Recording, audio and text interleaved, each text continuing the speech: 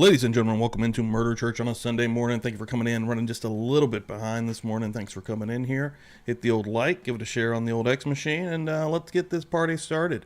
Episode 48, Phil Spector Murder Trial. Let's rock.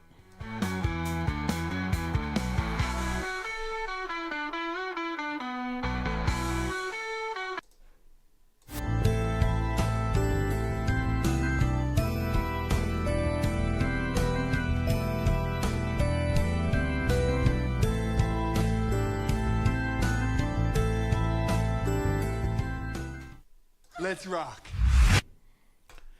Hello, everybody. What's up? What's up? Murder Church on the air. I'm going to do something live real quick. I'm going to fix my color here, darken it just a little bit. This camera's always giving me some kind of issue. Boom. What's up, everybody? Good morning. Welcome in here. I don't remember exactly where we left off. I think it's part 7 of Vincent De Mayo's testimony. I'm actually going to check live right now from last week's episode. Thanks, everyone, for being in here. Appreciate it. We're going to hang out for just a little bit this morning.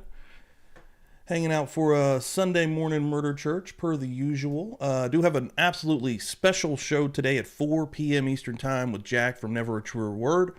We're going deep into the Barney Hill hypnosis session when he was talking about his alien abduction. Him and his wife, Betty Hill, were abducted in 1961. And we're going to get an language expert's analysis on exactly what they think is happening in this hypnosis episode. And fair warning, it's pretty visceral. It's pretty extreme. It definitely caught me off guard, and I think it's going to be a fun one with Jack. Yeah, let me jump in here and see exactly where we left off last week. I should be able to do that at the end of every Sunday. I pretty much drop it down just to see where we're going to be going next. But hold on. Episode 47 last week. Let's see. Where were we? Here we go. Scrolls down. Yep. We just ended part 6. We're on part 7. I nailed it. Bah! Boom! That's what I'm talking about. Let's get the bells out of the way. How about that? Respect my house. Get the bells going. Morning time. Morning in the church. Let me get this chat out here also. See these fine folks. I got a couple of things to take care of here this morning as well.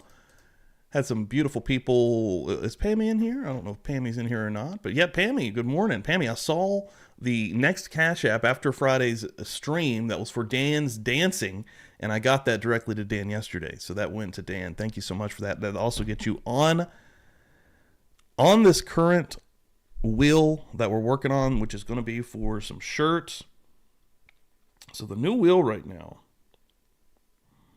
is Pammy, and then Donna came through yesterday also through the Cash App and gave me a message for Gypsy. I appreciate that as well. Donna, thank you so much for that $25 Cash App for Dan and his dancing ability on Feral Friday. Anybody that wasn't hanging out on Feral Friday, you missed a really good show. You missed a fun one. We took extra steps to make it enjoyable for everyone. Get that on here for Donna. And I believe that is the new will. We're two names in on it right now. We're going to be giving away a t-shirt. And yeah, that's how we roll. That's how we roll. The way to get on the wheel, for anybody that does not know, that is donations, whether that's a Cash App, Venmo, PayPal, all of that above me. Whether that's becoming a member, which if you do become a member, you of course get extra content in the video section. And you're going to enjoy that as well. Always trying to update that.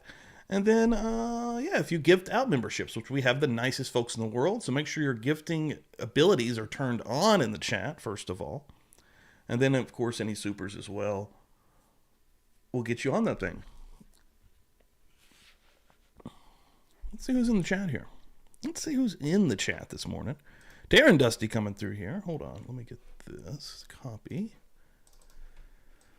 Paste. And I do got some coffee I got to get this morning too. Is this working? There we go. Tara and Dusty's in the house. Pokemon in the house modding up. Thank you so much, Shelly. Sheila Duffy in the house. That's what I'm talking about. Sheila, I just got your other shirt. You now have all shirts located right here at my location. Those will be going out Monday to Ireland. Thank you so much for all of your support. The Shirtless Dad hanging out this morning. Thank you so much, Shirtless Dad. Semi Sharp. Appreciate it. Pammy, the beautiful Pammy, of course. Thank you so much for all the support that you give us here Unbelievable. Bassett Page coming through here. Good morning. Good morning. I really appreciate it, guys. Dizzy modding this morning. That's what I'm talking about. Am I missing anybody? Just Cheney in here. Cheney, I just got your shirt as well. I think this is the right one, and I think this is the one that's going to Canada, if I'm not mistaken. So I've got you too. And if you saw my email, you know what's up. Kathy in here. Good morning. Heathens a Murder Church. That's what I'm talking about. Yeah, everybody's getting in here this morning. That's what's up. That's what's up. We're hanging and banging just a little bit this morning. I'm telling you like it is, baby. Who else do we got in here, baby? You damn right. All day long, PubliclyBuzzed don't mess around. That's what I've been told. That's what I strive for. Julie Frew in here as well. Still going up. Still seeing some beautiful names in the chat of all the lovely people. Thank you all so much for coming in this morning. I'll be keeping an eye on everything. Again, if you give out the shares, you'll get the shout outs, just like Kathy is getting right now. Sheila Duffy is getting right now. Julianne is getting right now. Dizzy is getting right now. Sinead is getting right now. Seeking Justice. Everyone that's come through sharing this out this morning. Absolute Buzz Nation MVPs. And you guys already know this. Okay, sweet Cheney. Nice. That should be going out as well this week. I'll get you taken care of there. Hell yeah, everyone. Let's rock and roll. Let's jump in here. Everyone's favorite is still on the stand. Dr. Vincent DeMaio, Part 7. Dr. Vincent DeMaio thinks that Lana Clarkson killed herself that night and that Phil Spector did not kill her. I've given a couple of different variations of possibilities, nothing that I've married to whatsoever, so don't get it twisted. I do want everyone in the chat to give out any kind of scenarios that you may think is possible as well. I don't want to be stuck on anything just because it's even if it's perceived as the proper thing to do in chat. I want actual thoughts in there. I don't want anybody to be afraid to pass out the possibility of Lana Clarkson being killed. If you think it, let's put it out there. But yeah, he's pretty intense with it, and I know that there was a lot of debate going on, and yeah, he's lost some credibility in some points with me as well. I believe at the end of last episode when he was pretty much opining pretty greatly about some stuff that he is not necessarily an expert in. Everyone was kind of mad about that, which I can understand as well. And I don't know why there wasn't any objections during that by Alan Jackson and team. CH, what's up? Morning. Get in here. I appreciate it. All right, guys, let's get the hell in here. Alan Jackson in the house. Of course, he's with the Karen retrial. That is very active. Let me just get this a little bit bigger here, shall we? Because we're going to be cutting off the edges. Yes. Cut that off. Make it just a little larger. Bada bing, bada boom. Buzz Nation, my people. Buzz Nation. We doing the damn thing. All right, let's keep rolling. Thank you all so much. Let me make sure the sound is on. I do need to get a coffee this morning. And, yeah, let's go. Come to order. Department 106 is again in session. All right, all the parties, jurors, alternates, and the witness are present. You may proceed. Thank you, Your Honor. Dr. DeMaio, before we left off for the noon break, I was asking you about incidents that you may or may not have been aware of concerning Mr. Spector and his history of violence against women. I had asked you specifically whether or not you were aware of a July 1993 incident. Do you incident. remember that he's held captive every single female he's ever been alone with? Are you aware of that, Dr. Vincent DeMaio? Are you aware that this little troll to the right of me over here that wears this wig that's draping down, he's trying to look like a boy band from the 1960s. Are you aware that he is also a... I'm gonna stop. Almost went too far there. With concerning Dorothy Melvin or involving Would have Dorothy definitely Melvin, been you said you demonetized. were aware of that, correct? Ronnie, good morning. Sir. I asked you if you were aware of a January 1995 incident at the Carlisle Hotel in New York involving Stephanie Jennings as well. And you said you were aware of that incident as well, correct? Yes, sir. Both of those incidents involved handguns, correct? Morning, Ronnie. Yes, sir. To your knowledge? Yes, sir. And both of those women described what they believed to be a revolver involved, correct? Yes, sir. And in fact, Dorothy Melvin described a second gun, and that would have been the shotgun involved, correct? Starting out with AJ. Yes, That's right. Are you also aware of a 1988 incident? Last week was spicy as hell. If anybody needs to go back and maybe check that out. I know this is a very sporadic trial, and anybody that really stays true to it and watches every single episode with me, holy shit, you guys are fucking, again, MVP level, OG Buzz Nation level members, because this is a lot. But yeah, last week was extremely spicy. There's been days where I would even say can't miss days, even if you're just a true crime trial fan. Involving Diane Ogden, to listen to the arguments. Wherein after Mr. Spector had been drinking to excess during the evening, Diane Ogden wanted to leave his house in Pasadena. Getting into it. That he became enraged. She put her purse on her arm and tried to leave. He pulled a gun, forced her into a chair by the door, pressed the gun against her face, her cheeks, her neck, This is her the head. pattern of Phil Spector. Are you aware of that incident? Yes, sir. Are you aware of an incident involving Diane Ogden that happened about 2 weeks after that incident? Basically the same thing. Mr. Spector had been drinking to excess at a dinner party. All the guests left. She decided that she was going to leave as well. She grabbed her keys, grabbed her purse, began to leave the residence, and Mr. Spector chased her out of the house with a gun, began to beat on her car door or car door window with the butt of the gun until she was able to escape from the property. Are you aware of that? Yes. The first incident, I'm sure you're aware of having gone over the reports and watched the testimony, that Diane Ogden described what she believed to be a revolver involved in the first incident, correct? I wasn't aware what type of gun it was. Okay. Are you also aware of a 1992 incident involving Melissa Grosvenor? Yes, sir. And Melissa Grosvenor has indicated that she was at Mr. Spector's Pasadena house, that Mr. Spector had been out to dinner with her. He had been drinking to excess. She wanted to leave and go to her hotel room as she had come in for the weekend. That when she decided she wanted to leave, Mr. Spector left the room in which they were standing, which she described as a great room. We went back to 1 day a week. I'm, put in Courtney Clenny on Tuesdays, but yeah, we have to finish it. He then returned without saying a word. He walked in with a gun in his hand, outstretched toward her face, walked up to her, and again forced her into a chair at gunpoint. Are you aware of that? Yes. Are you aware that Ms. Grosvenor described Mr. Spector as having what she thought was a revolver, and when she was asked, was it loaded, she said, I certainly wasn't going to test it. Are you aware of that? I wasn't aware that was a revolver. And you're also aware, are you not, that he kept her at bay, at gunpoint, with a gun pointed to her head and face throughout the entire night? Yes. And she was able to leave the next day, correct? Yes. Dr. DeMaio, my question is, and you've indicated positively, in other words, in the affirmative, Thanks, that you Shelley, for that consider chair. each and every one of these incidents when coming to your conclusions and opinions in this particular case, correct? Yes, sir. You indicated at the beginning of your testimony, hearkening all the way back to yesterday morning when Mr. Plourde asked you about how you handle cases. You looked at the jurors and you said, in fact, Mr. Plourde, the way that a good forensic pathologist looks at any case is to begin by understanding and conceptualizing the entire circumstances of the case and the facts that surround that particular case. And Yes. you described it as a history, correct? Yes. Okay. And so in taking that history, you actually said it's sort of like taking the history of a new patient. If the jurors were to go to their family internist, for instance, their family doctor, and that doctor were to take a patient history, you want to get as much information, as full an account of that history as you possibly can. Is that right, Dr. DeMaio? Yes, sir. Yeah, at the end of the day, I've been kind of like playing with the idea of the possibility, really because Dr. Vincent DeMaio is on here, giving some different theories and possibilities. But I have to be honest, I really think that at the end of the day, exactly what Alan Jackson is talking about right now leads me to believe the probability that an accident did happen. I don't think that maybe Phil Spector meant to murder her in that moment, but you play with fire and you're going to get burned, right? He's done this multiple times before. Then again, maybe he did. I'm just literally putting out my speculation right now. Again, do the same in chat.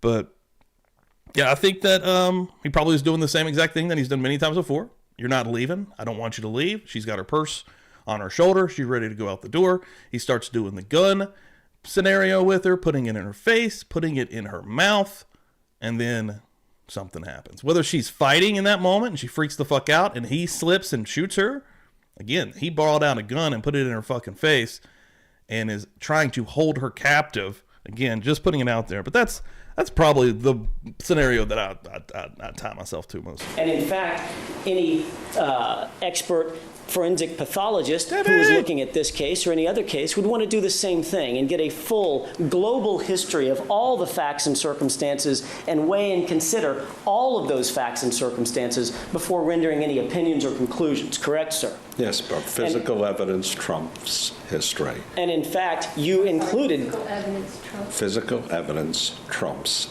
history. And in fact, you included certain histories in your report, did you not? Yes, sir. And you included Lana Clarkson's history, correct? Yes, sir. You included the history concerning her emails, correct? Yes, sir. You included some of the history concerning Alan what Jackson's you coming in interpret hot to be right her now, y'all. job or job opportunities, correct? Yes, sir. You interpreted, or you included certain histories regarding her mental state, correct? Yes, sir. And in all of that, you included all of those histories because you felt like it was important to get a full and global view of the circumstances surrounding the case. No, I included it so that you could have a background in regards to this case. Yes, sir. Isn't it true, sir, that when you came to your conclusions in your report, in the last paragraph, you indicated, in conclusion, this case should never have been ruled a homicide. Kathy going to start us out this morning with a $10 Venmo. Wow. Thankful for Murder Church and Pastor Steve. Kathy, I'm thankful for you always coming through and being absolutely amazing and showing out. Thank you so much. Let's get Kathy a shirt here, and it's the perfect time to do so. Hell yeah, Kathy. Thank you so much. I appreciate that. Let's show you a little bit of love. Give me the loot. Give me the loot. Hell yeah. Thank you so much. Kathy, G-level. Homicide, and the reasons are, and then you indicate 5 reasons, correct? Right. And in those 5 All right, let's go reasons, get a coffee. isn't it true that you indicated one of the reasons was Ms. start a Clarkson coffee had project. reasons for committing Wanna take my suicide and phone? was I'll be in the chat. intoxicated? In other words, that We got included another her spicy history one, baby. and Right. your review of her emails, Yes, sir. correct? And you included, in conclusion, or based on your conclusion is based on, in part, the physical disparity between Ms. Clarkson and Mr. Spector was such that if anyone was shot in a struggle, it would, in all likelihood, have been him and not her, correct? Yes, sir. So, in fact, when you told this jury before lunch that you weren't including those factors in your conclusion, that is I'll be right back, guys. incorrect. Thanks, Isn't everyone, that for right? hanging. No, sir. You, in fact, included those in a paragraph where you enumerated each and every conclusion that you were based on, correct? No, sir. Excuse me, but the last question you did let me answer. And what I said in the last question is, no, sir. My conclusion as to who fired the gun is not based on the history, but is based on the physical evidence. And as I told the jury before, when you consider both histories, you can go either way. The best, most objective way of determining who fired the gun is to look at the physical evidence, the intraoral wound, the tissue, the blood, the gunshot residue. And that's what my opinion is. And of course, I assume from your recitation of the appropriate manner to approach any particular case, that being to take a global history of all the facts and circumstances into account, I'm sure that you did, in fact, take those facts and circumstances into account with regard to Mr. Spector's history of violence, correct? Yes, I did. I'd like you to turn in your report to the page where you recite Mr. Spector's history of violence with women. I didn't do it because the report... You didn't include that in your report, Dr. May I- DeMaio, did you? I didn't do it because the report was intended for you, and I figured you had already known this, and I wasn't going to go over. This report was not intended for the defense. This was a report to let you know what my opinions were and what my thoughts were.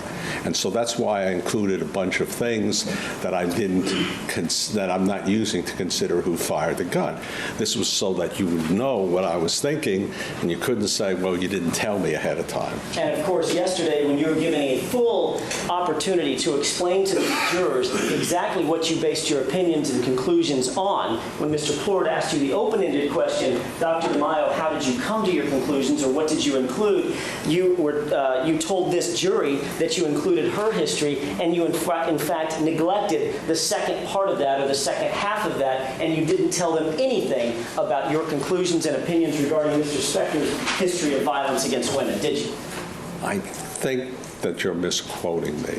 What I told the jury was that the most important thing in this case is the objective scientific evidence, and that the histories are awash, and that My opinion, I've said it multiple times, that my opinion is based on the intraoral nature of the wound, the gunshot residue, the blood, and the tissue.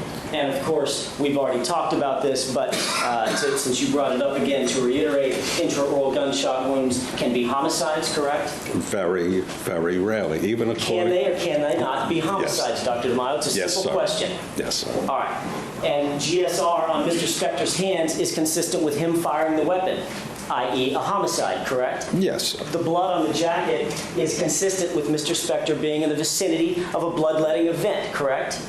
In the vicinity, yes. Not right close up, but in the Certainly vicinity. nothing inconsistent with him having fired the weapon, correct? Well, there's no evidence of any blood mist on his clothing or on his the cuff of his shirt or the cuff of his jacket. Except, for instance, all the blood mist that Dr. Lynn Harold talked about being on his jacket and his sleeves and his cuff, correct? Except that that is not blood mist. In When you your opinion? Well, it's also it's Mr. Kish's opinion, Mr. James's opinion, and Dr. Lee's opinion, who all examined the jacket while I was standing there.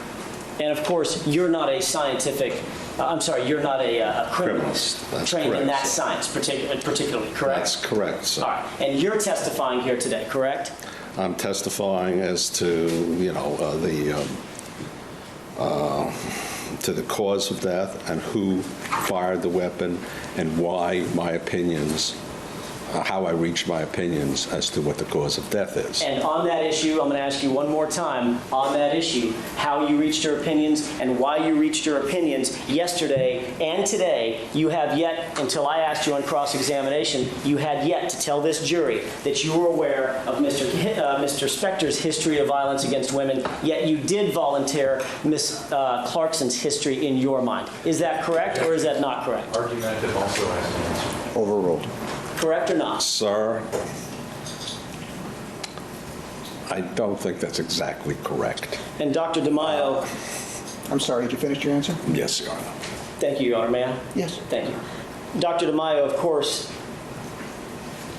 the hallmark of any credible expert, once again, is to maintain.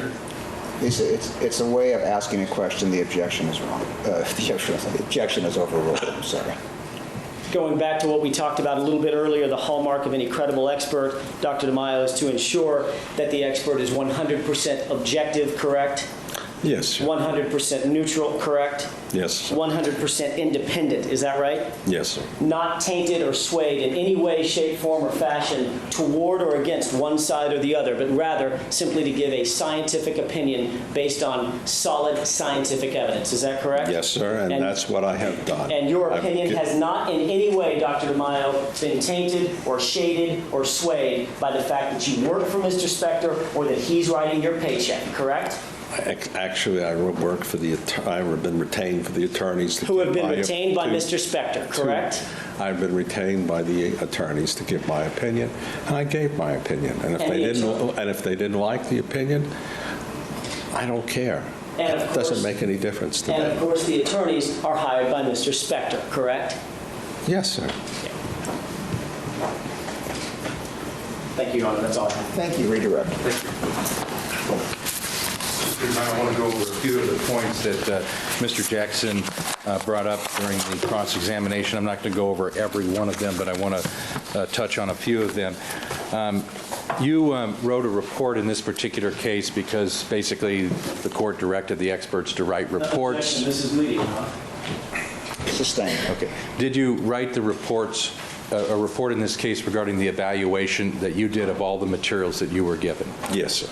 Okay. And I don't want to go through a list of all of the materials, but you were given a large amount of materials, and you listed them, and you reviewed all of them, and you considered all of them in evaluating this case. Is that correct? Yes, sir, I did. Okay. And it sounds like from your recitation of this case that basically the key thing with you was the physical evidence in this case that told you and answered the question as to who was holding the gun when it was fired. Is that correct? Yes, because the physical evidence hasn't any prejudice. The physical evidence is objective.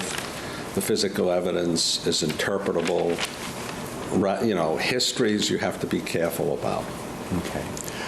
Let me give you just an example as far as part of the histories in this case. Like, for example, Dr. Pena talked about the fact that, and he put it in his autopsy report, that there was no suicide note. In other words, that's not a fact of the case in the sense that that's not that's a fact of the case. And you considered, for example, that fact. Is that true? No, actually, he put it in, but it doesn't, because most of the times people don't leave suicide notes, and this isn't a real suicide, where people think they're plotting, they're thinking of killing himself.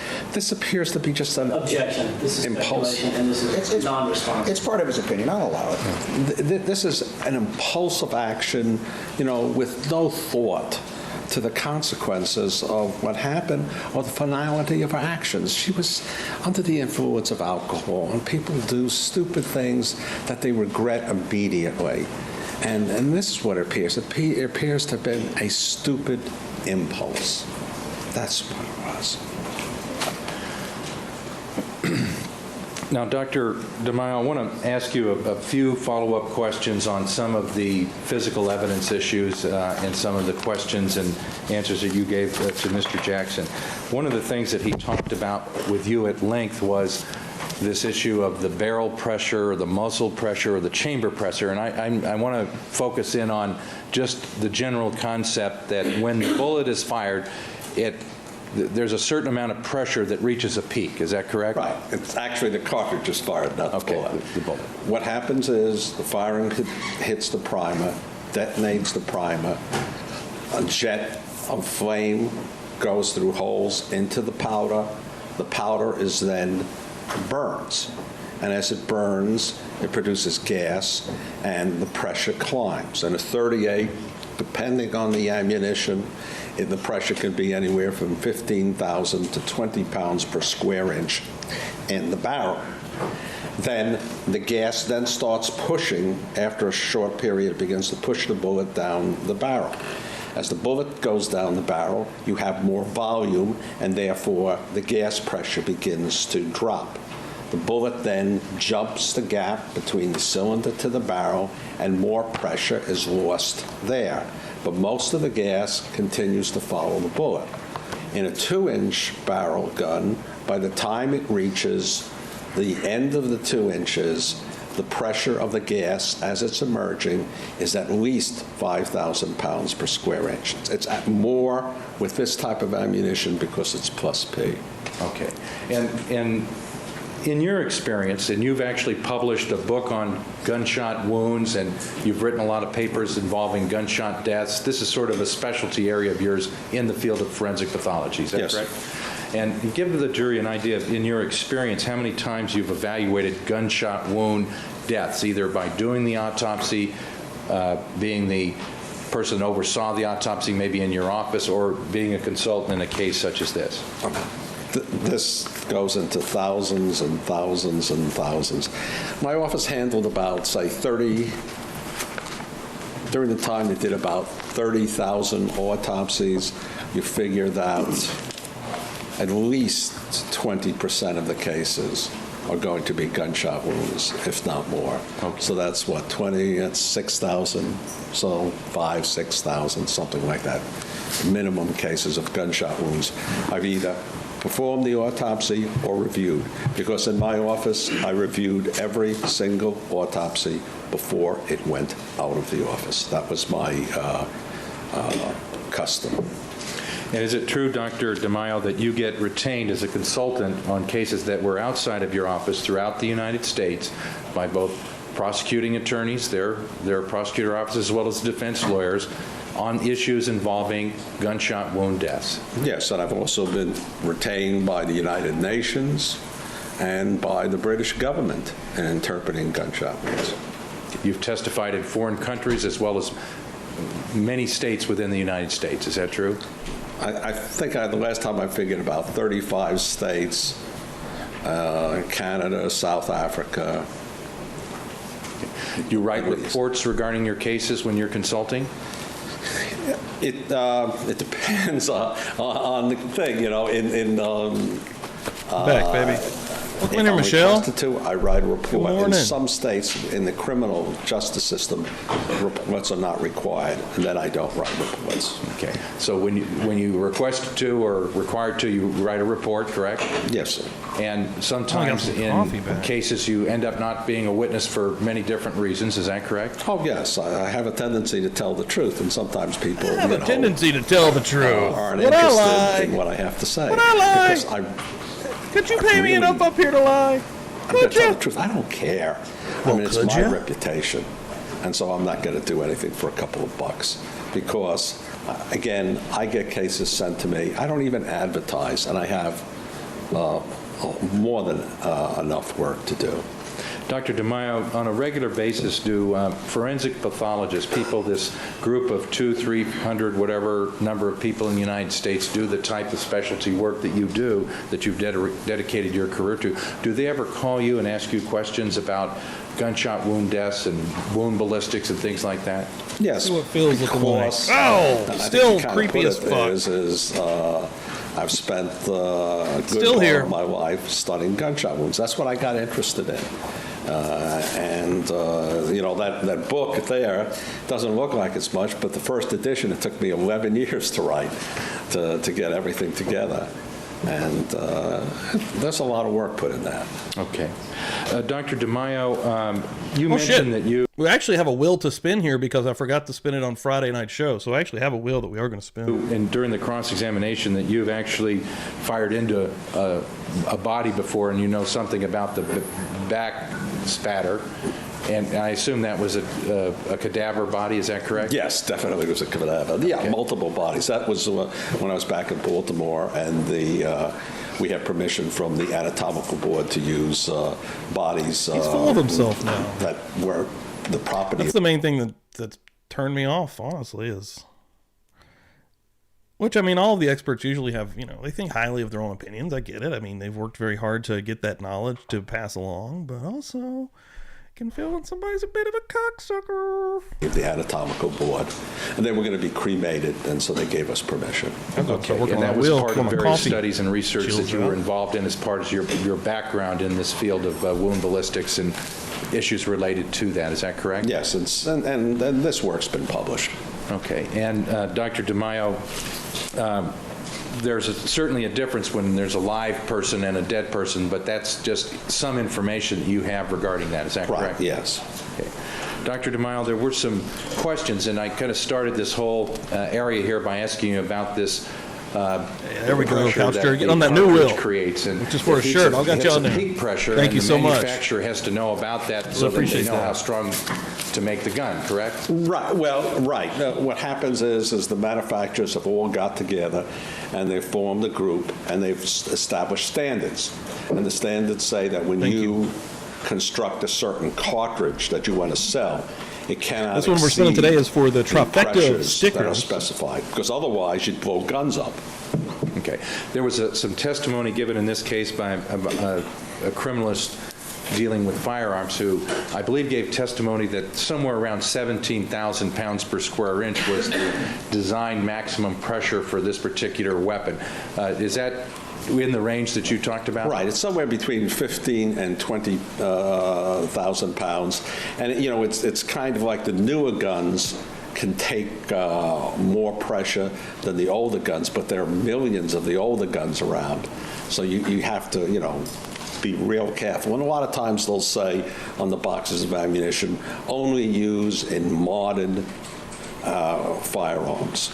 Now, what's your experience in firing guns, owning guns, or shooting guns? I mean, during your career, this seemed to be an area of concern or interest for you. Do you continue to do that? Yes. In the military, I fired virtually everything the military had, and some things they weren't supposed to have. Then in civilian life, I've fired, you know, probably hundreds of guns. Best folks. All different types, all different calibers. And when something new comes on the market, I try to get hold of it. I buy it if necessary. and then test fire it to see what the characteristics of it are. Okay, that's because you hold yourself out to be an expert in wounds and firearm. We're not done. Kathy coming through with a 420 in the Venmo. Pumpkin is requesting a spot on the will. Pumpkin, you got it. And the will I just filled out for the 3 stickers from the last will, Pumpkin's on there twice. And we know the rule. If Pumpkin wins on the other will, they will actually get a shirt as well. I'm trying to get Pumpkin a shirt. Kathy, wink, wink. You've been out here. You've been an amazing supporter, and I really appreciate it. So, yeah, Pumpkin's getting on the new will. Hell yeah. Pumpkin upping the chances here. That's what I like to see. Thank you so much, Kathy. Appreciate that. I'll give you one of Yeah. Firearm deaths, is that correct? You need to know what... It's mostly because I'm interested in this subject, and whether I publish or testify on it, I'm still interested in what the effects are. Okay. Now, Dr. DeMaio, the maximum pressure of the gun, the manufacturer needs to know that, and the person that's using the weapon needs to know that, but the concern that you have as a pathologist is that what type of pressures occur once that pressure moves it out of the barrel and into the body or near a body, correct? Right. What I'm interested, what the pathologist is interested in is, remember the gas cloud? See the law nerd with the share. Thank you so much. That gas cloud will be now in the body, and there'll be pressure. And that's important because that, to a degree, determines the extent of the wound. And it influences the severity of the wound, may also determine whether a person lives or dies, because in some cases, even without a bullet, with blanks, it can kill you. If you take a blank, put it in a gun, put it between the ribs and fire, the blank is going to tear right through your chest wall into the underlying lung. And I can tell you that because I've done experiments showing that. And there's been some deaths due to that. Okay. Now, Dr. DeMaio, with reference to this effect of this gas when it leaves the gun, are you familiar with the 38 Colt Cobra as to its characteristics? Yes. Okay. And when it comes to gunshot residue, do you know what the variabilities are with respect to the 38 Colt Cobra? You mean, does it, well, obviously, because if it's a revolver, Joe Schmo, it produces the gunshot residue out the cylinder and out the barrel end of the gun. And actually, among revolvers, the 38 caliber is interesting in that it produces a lot more residue than even 357s. For some reason, no one really understands. And what's your basis for making that statement, sir? Oh, because in my office, we do gunshot residue studies on every single gunshot case, except those who have been hospitalized. So all homicides or suicides had analysis of gunshot residue performed on the hands. In some instances, it's for the elemental compounds, antimony, barium, and lead. In other instances, it's like in this case, SEM, where they did a scanning electron microscope. Jackson, take a nap over there. Now, with reference to this particular case and some of the effects of the firing of this particular weapon. That's awesome. Orange Kitty is spicy too. I got an Orange Kitty named Charlie, and dude, he's wild. Gave the testimony Orange that Kitties have it in them. Some of the unnatural tooth particles were blown out even before the gun physically came in contact with any of the tooth or the tooth structure. Is that correct? Right. And that was because of the gases. Is that true? Yes, the gases under high pressure fragmented and dislodged the caps and ejected them before the gun even recoiled out of the mouth. There were natural teeth within the mouth that did not get ejected. What would be the reason for that? Okay. Essentially, when you shoot yourself in the mouth, you do not damage your teeth. Again, when this is something that seems common sense tells you it's wrong, but it's right. What happens is if you put a gun in your mouth, you fire it, the gun comes out, and the teeth are not damaged. The reason is they're anchored, and the fact that their construction. The teeth are extremely hard. And if you think about it, if you go out running for 10 or 20 years, you're going to wear away your knee joints, and you're going to have to get artificial joints. But your teeth, You know, if you make sure you don't get cavity and brush them, they last a lifetime because the teeth all day long are chewing and grinding, and so they have to be actually harder than bone because they're built for a lot more. They're built to last a lifetime. The knee joints are, but if you start giving trauma like running, you know the joggers, down the line they're going to get titanium knee joints. Dr. DeMaio, with reference to the teeth, if a bullet actually came in contact with a tooth, there would be tooth damage. Is that correct? Right. If a bullet hit the tooth, there would have been fragments of tooth material. Right. Okay, and they would go into the body essentially if it was outside. Right. If it came in, it would push them in. Right. And if a bullet came near any object, would there be any transfer that you could look at and tell whether that object came in contact with a bullet? Oh, you mean if it perforated a thing? Or just nicked something or anything? What you could look for would be, maybe a part of the hole punched in. You might look for bullet wipe, which is a deposit of I guess the non-technological word is gunk. The stuff that's in the barrel. There'll be oil, there'll be a little grease, there'll be unburnt powder, soot, and also soot from the cartridge you're firing, and it tends to coat the bullet. And so when the bullet comes into clothing, you'll often see a hole with a little gray ring around it, and that's bullet wipe. The bullet is literally wiping itself clean. And if it hits something like skin, depending on how dirty the bullet is, you may get some there, or if it hits like bone or teeth, you may get deposits of bullet wipe. Depends on how dirty the bullet is. In this particular case, were you aware whether any of the bullet, the tooth particles, the now natural tooth particles or whatever particles were collected had any bullet wipe on? Seeing some of these people on X they're asking Grok to basically draw them based on their tweets. I just did it as well, and here's what I got. It's a very cool X user. I'll take that at least, right? Yeah, okay. Oh no, but the gun was inside the mouth, and everything was blown out, so there would not have been anything on the particles of.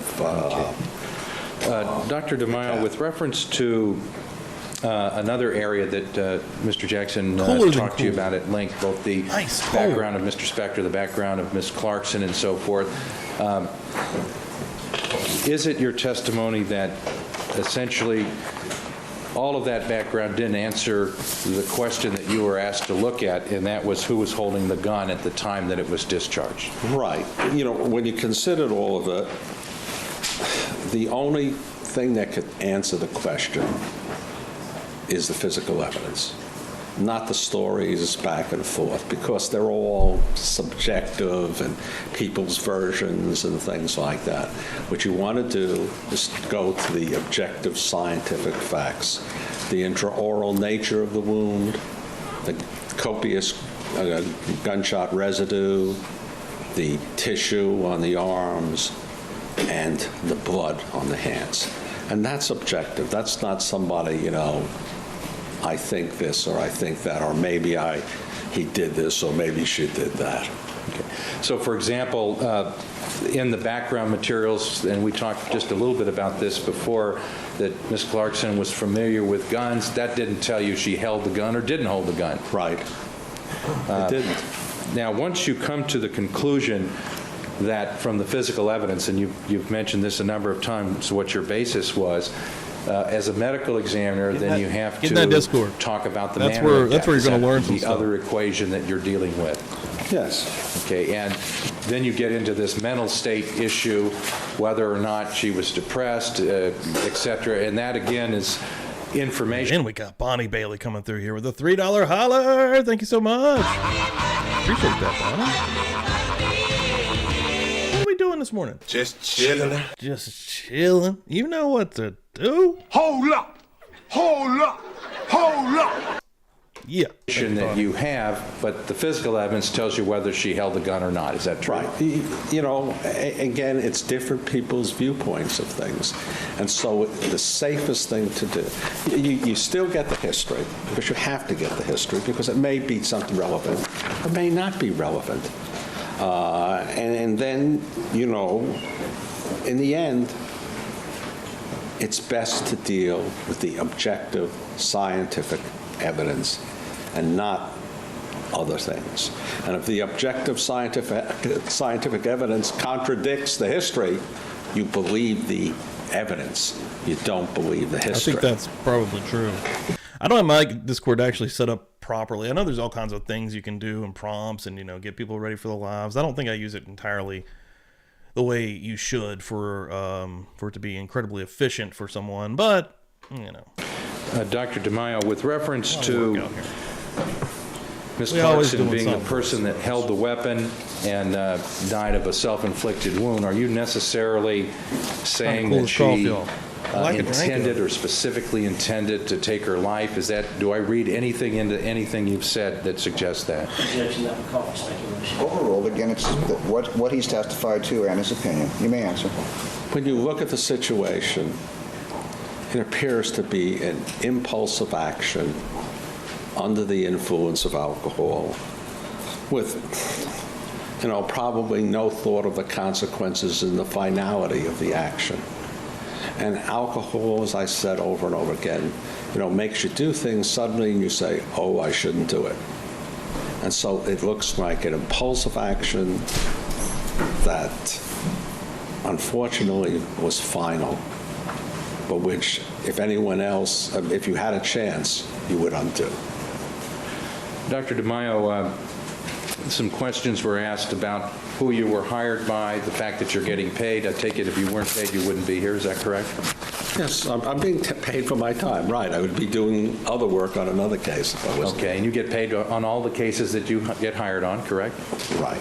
Okay. I charge for my time. And you mentioned that you've come to California for government agencies, the city of Los Angeles, other cities, prosecution agencies. You get paid the same rate to all those people, correct? Right. I charged the city of Los Angeles for testifying earlier this year. They paid promptly.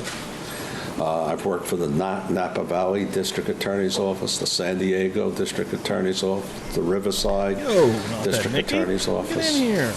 And I've done civil cases in the church for other cities and police agencies throughout California. I think this is the first case where I've done defense work in a criminal case in California for maybe 10 or 15 years. The rest of the cases have all been for the prosecutors. A number of years ago, you worked for the district attorney's office here in Los Angeles. Yes, two cases. At the rate that you were charging then, they paid? Right, they paid. California is governments are very good at paying properly. Okay. Dr. DeMaio, one of the things that Mr. Jackson brought up was something in your report regarding the blood spatter, and in one part of a paragraph in your report, you said something like, in the coroner's records, there's some documentation that says that there was no blood spatter on the hands, but a particular person in the coroner's file said something about there being blood spatter on the hands and the wrist, and that was a Jamie Lintaboot. Yeah. What was the contradiction that you were pointing out in your report? That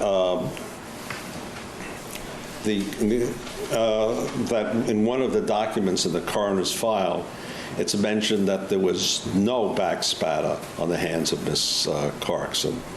And then when you look at the complete records of the file, you see that blood droplets were noted on the hands by criminalist Ginny Whitmond. And then this was a correction with the meeting with the district. I think it was a meeting with the district attorney's office, and they told them that yes, there was blood spatter on her hands. Okay, is it your recollection that it was Dr. Pena, your understanding of his documentation of the coroner's file was that he went to the scene, he looked at the fingernails, he looked at the hands, but he did not see any blood spatter? Right, but Miss Linton, who was with him, saw it and asked it to be documented photographically. Okay, and then there was some questions about the adequacy of the photographs, but you can actually see it in some of the photographs. Right, the photographs didn't turn out as well as they were supposed to, apparently. And is there any question that there was this back spatter on the decedent's hands? Objection. Any question as to? In your mind? Okay, overruled. No, sir. Okay. And you considered that along with the other physical evidence, is that true? Yes, sir. Give a minute. Yes.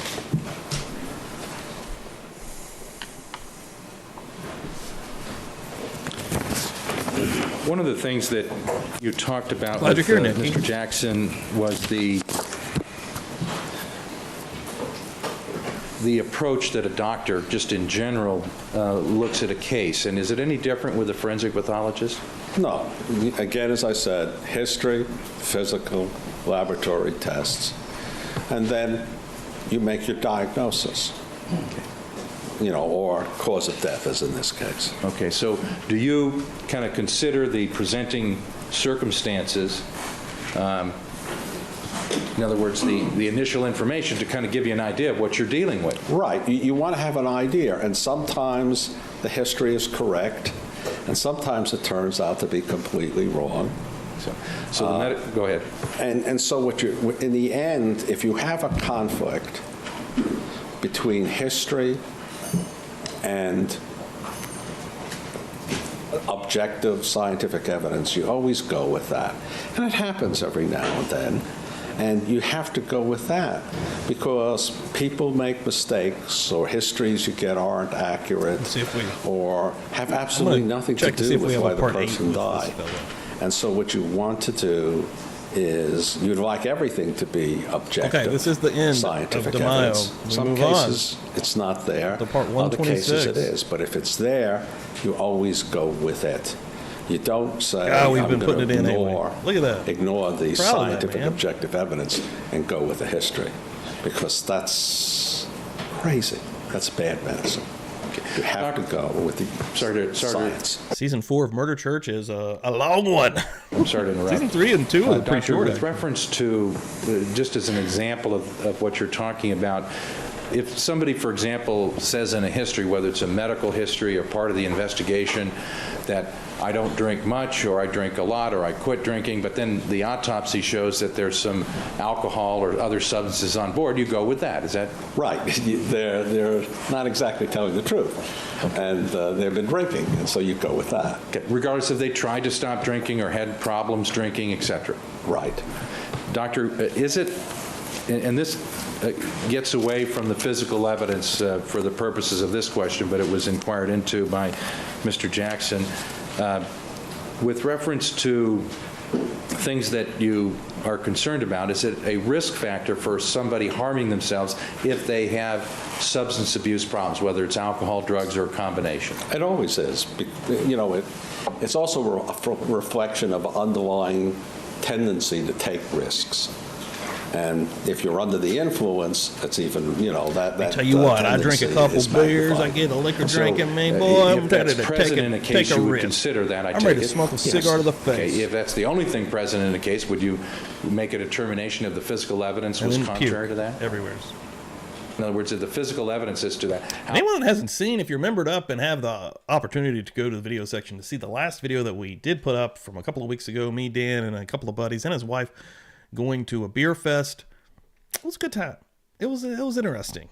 It ends in a cigar lounge. Let's just say that. How the death occurred, would that trumpet the fact that somebody was a risk taker, as you use that term? Physical evidence always trumps everything. Okay. You have to go with it. You were asked to be here to listen to a part of Dr. Pena's testimony, is that correct? Yes, sir. And you came here and observed that, is that true? Yes, sir. And you were here for some of Dr. Harold's testimony, is that correct? Yes, sir. And there was a little demonstration that Mr. Jackson did where he balled up a piece of paper and threw it and was talking to Dr. Harold at the time about no matter how hard I throw this, it only goes so far. Do you remember that demonstration? Yes, sir. Okay. And whether Mr. Jackson is a pitcher or just got a regular arm, or we get one of the pitchers from the Dodgers in here, that paper could go a certain distance in this trial room that with never where the air is in this ends. particular room. It Is just that goes correct? on and Okay. on, And, my friends. It would change, though, if there were, let's say, a hurricane or a tornado. It started where the off winds were with going a that music fast. mogul who Ball thought he could was go above miles, the isn't that law, true? That's but correct. in the That end, depends this on how much motherfucker force is went down. applied to Fucking it. Phil How long it Spector, took. you And son what of a environment bitch. it was in, is that correct? Yes, sir. Is that essentially what the difference is between Miss Jessica? Get in here. throwing a piece of paper, or how much a blood spatter will go as far as distance when there's an interoral wound where you have all the gases blowing out of the mouth? Yes, the thing is, the distance that a drop of blood will go is determined Oh, by God, two look at him, things. this son of It's a mass and the velocity. Live shot of Phil imparted to Spector, it. the ghoul, And as you the just more seen. gas, the more velocity, the farther will go. Mad as everything hell. else being equal. And from your experience, and you've been to scenes as you've testified, you've seen blood spatter in a variety of type of weapons. Is that true? Oh, yes. You've seen blood spatter when it's somebody gets shot in the torso versus the head, self-inflicted, homicides, etc. Is that true? Yes. Okay, so you know that you've seen a lot of different circumstances where you know what happened and you know the effects of what happened. Yes, sir. And in your experience, have you seen blood spatter, Thank you. Appreciate let's say 1 millimeter and below, let's say a half a millimeter to a millimeter, go 4 to 6 Forest in the feet? house. Oh, yes. You've seen it gone farther than that. Yes, there's so many factors that go, it's the amount of energy, it's the turbulence and things, how the person's holding their head, and it goes a significant distance. Your Honor, I think I'm almost done, but I'd like to approach you on one issue for the record. Uh-oh. Approach Thank you. Judge May I proceed? Dowhard. Thank you, Your Honor. Dr. DeMaio, with reference to the physical testing that's done at the time of the autopsy No. that was conducted by the My Cozy Co. 1? Am I saying that correctly? Get in here. Welcome in. coroner's office here in Los Angeles, the toxicology results, do you question any of the manner or method of the testing that was done as far as the toxicology results? Oh, no. And in this particular case, there were toxicology results regarding the finding of Vicodin in Ms. Clarkson's system as well as alcohol. Is that correct? Yes, sir. And with reference to that, does that alone tell you that she held the gun at the time it was discharged? Oh, no. Does it suggest it one way or the other? No. Alcohol just by itself tells you nothing. Okay. And so that's just a circumstance that you have to consider regarding an explanation as to why she may have held the gun. Right, but, I'm sure hundreds of people right now in the city of Los Angeles with that alcohol level. Okay. He just said LA is a bunch of drunks. Dr. DeMaio, all of the questions and all of the issues raised by Mr. Jackson, does that change anything that you concluded as far as the physical evidence in this case? In other words, that your interpretation of the physical evidence, your observation of the physical evidence? No, sir. Okay. It does and not. You were retained in this case, and back in May of 2006 of last year, a little Yes. over a year ago, you were there was an arrangement made where the experts for Mr. Spector were allowed to view and examine the physical evidence. Is that correct? Yes, sir. And you were present for that examination. Is that Yes. true? And that was at the Los Angeles Sheriff's Department Crime Laboratory? Yes, sir. Okay, and other people that were there were Dr. Lee, Mr. Kish, Mr. James, Dr. Bodden, and even some other people. Is that true? Yes, sir. Okay.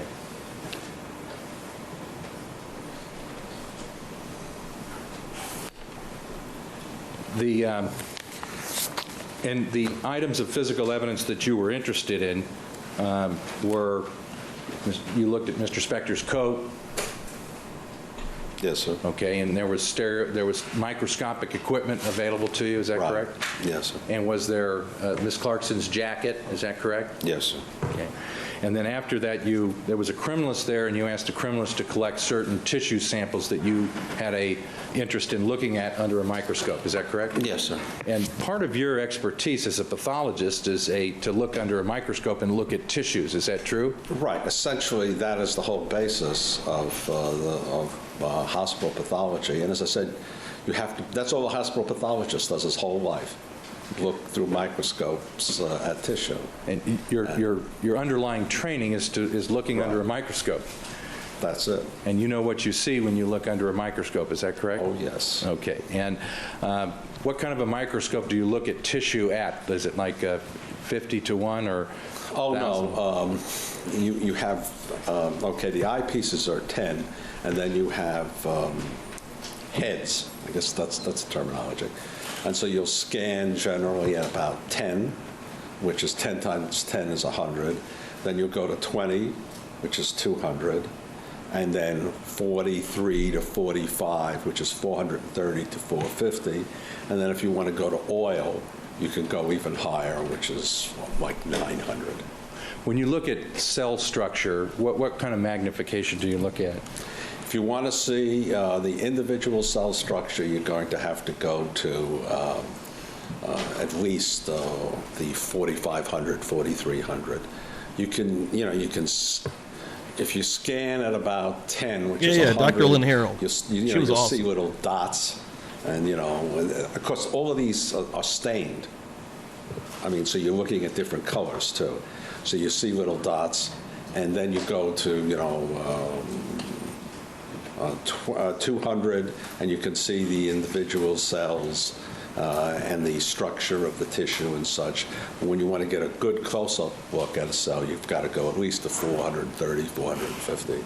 Okay, magnification, is that correct? Yes. Now, is this a stereo microscope or a... No, this is a standard physician's microscope with the light source coming underneath and going through a glass slide. Okay, there's been some testimony about a stereo microscope where it's like 65 to 1, somewhere in that name. What's the difference between those two types of microscopes? The microscope that pathologists use is intended to look at tissue at a cellular level. The dissecting microscope, or what did you call it? The stereo microscope. It's the same thing, is generally used for examining, small objects, gross specimens and things, not when you're going down to a cellular level. It's not really the type of microscope that you would use if you're going to the cellular level. So when you looked at Mr. Spector's jacket, did you look at it under a microscope like these slides? No, stereoscope, because the microscope, you can't look at a jacket through a microscope because you'd have to cut sections like 15, 17 microns thick. And it's impossible to do it. You have to use a stereoscope. A stereoscope, you're looking for things to pick up, we'll say, like to look at a microscope. Okay. So can you look at the cells on a jacket? Let's say if there was a blood speck on your shirt, would that be something you would do with a stereoscope? You wouldn't. Okay. If you have you wouldn't really call. Okay. You should look at cells on a stereoscopic thing. You should use a regular microscope. And you can just remove it if you want, scrape it off, and dissolve it in some saline, and then it's preferable to stain it if you want to see what you're looking, because otherwise cells may appear as amorphous refractile bodies, or just hunks of, quote, gunk, or they may be circular, but you're not really sure what you're looking at until you use a regular, you might say a microscope used by a pathologist. And it's always best to stain this material. There's different stains. so that this will positively identify the cell and so show you the structure of the cell. And the type of material that you had removed from Lana Clarkson's jacket from the sleeves and other areas that you've described, were they taken off, put onto slides, and stained for the purpose that you just described? Right, and then I examined them. My description in the report is based on examining them at 450 magnification. So you could see the nucleuses in the cells and so forth. So you can see the cellular structure. Okay, and the staining help you differentiate the type of cells that might be on that slide. Well, the stain, okay, if you just look at it without a stain, there's a hunk of something whitish. You have to stain the nuclei. So the nuclei will stain blue, and with these cells, the cytoplasm, the rest of the cell will stain pink. Starting to space out on this guy now. We've been going for so long, and they're really just kind of rehashing. Conditions where there's some cells I like know your that, they were opinion. kind of, circular objects with the blue nucleus in the center, and then the reddish pink cytoplasm. Okay. And then by the structure, you could tell these are the cells. Dave. Hey, Dave, you're on the wheel that I'm getting ready to spin. You were the first name on there, man, so some stickers could be on the way. Stick around for a little spin, everybody. Inside of the mouth. Morning, Dave. By the staining. Okay. Now, there was some notations in the records about how blood purged onto the jacket. You were aware of that, and did you direct that the samples that you wanted avoided those areas? Yes. Unfortunately, in some of the bottom areas, you couldn't avoid it. So, but the shoulder areas and the arm areas were free. Choke on their barking. And that's why when you look at my report, I say that there's no blood present, so that you know for sure that there's nothing there. Okay, and you described some of these little deposits. This tissue is a little, it almost looks like dandruff sometimes. Right. If you put this under a stereo microscope, what you'll see little, white, irregular things, and it'll look like dandruff. Well, actually, dandruff. Dandruff is cells. If you take your dandruff. Yo, Sinead. Hey, I got your message, and send one back on X. Put stain on it, you'll see it's cells. That's what dandruff is. It's just, let's see, desperately translate, shed skin, and so really dandruff is an R cells, clumps of cells. Dermal cells that have died and flaked off. Right. Okay. The hell are we talking about? This right wasn't actually dandruff. It was actually cells from the inside of the mouth. No, these right. You can tell. Some of them were scrunched up together, but in other areas you had like it's a pavement, and you could look at this and you know that this could come from certain areas, and in this case they came from these were the lining cells of the mouth and the nasal cavity. Well, mostly the mouth. Okay. Thank you. If I could just have 1 minute, I think I'm almost done.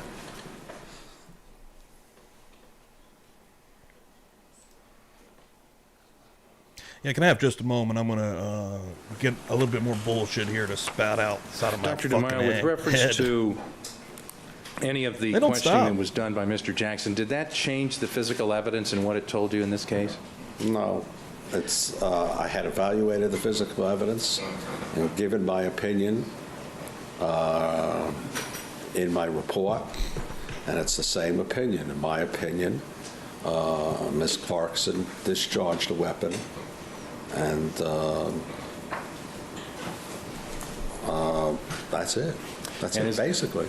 And is the physical evidence the linchpin of your opinion that she died as a result of a self-inflicted wound? Yes, you can argue over the other material, and the other material. Look at my kick app right now, Sinead. But the way to go is with the out. scientific, objective evidence.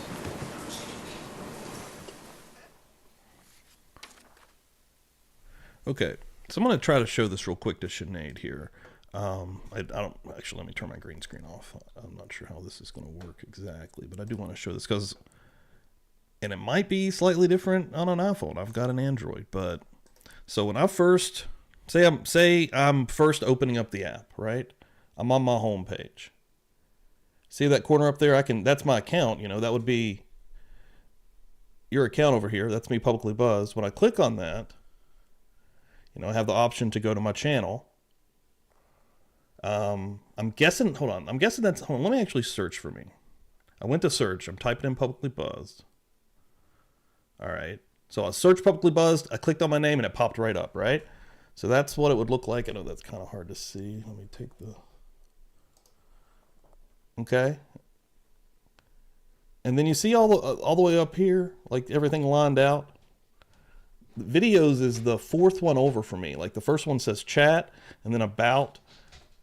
And no, I'm sorry, chat, home, about, and then the fourth one is videos. And when I click on videos, it goes over to the past live streams. I know it's blurry, but these are all the ones. There's 4 in there from the last 4 weeks that you should be able to go back and take a look at, even on your phone.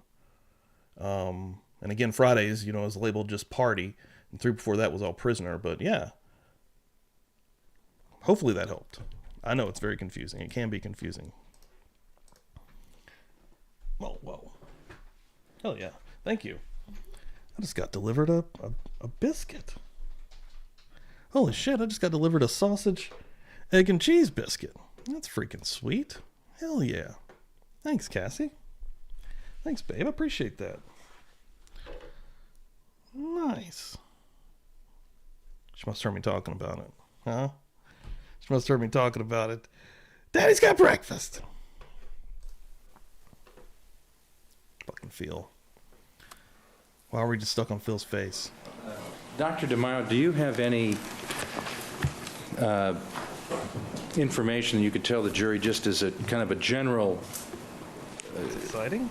Statistic, if you will, how many cases you write reports on where for whatever reason somebody doesn't follow up on your opinion, don't come and testify, or is it like 5%, 10%, 50%, or do you know?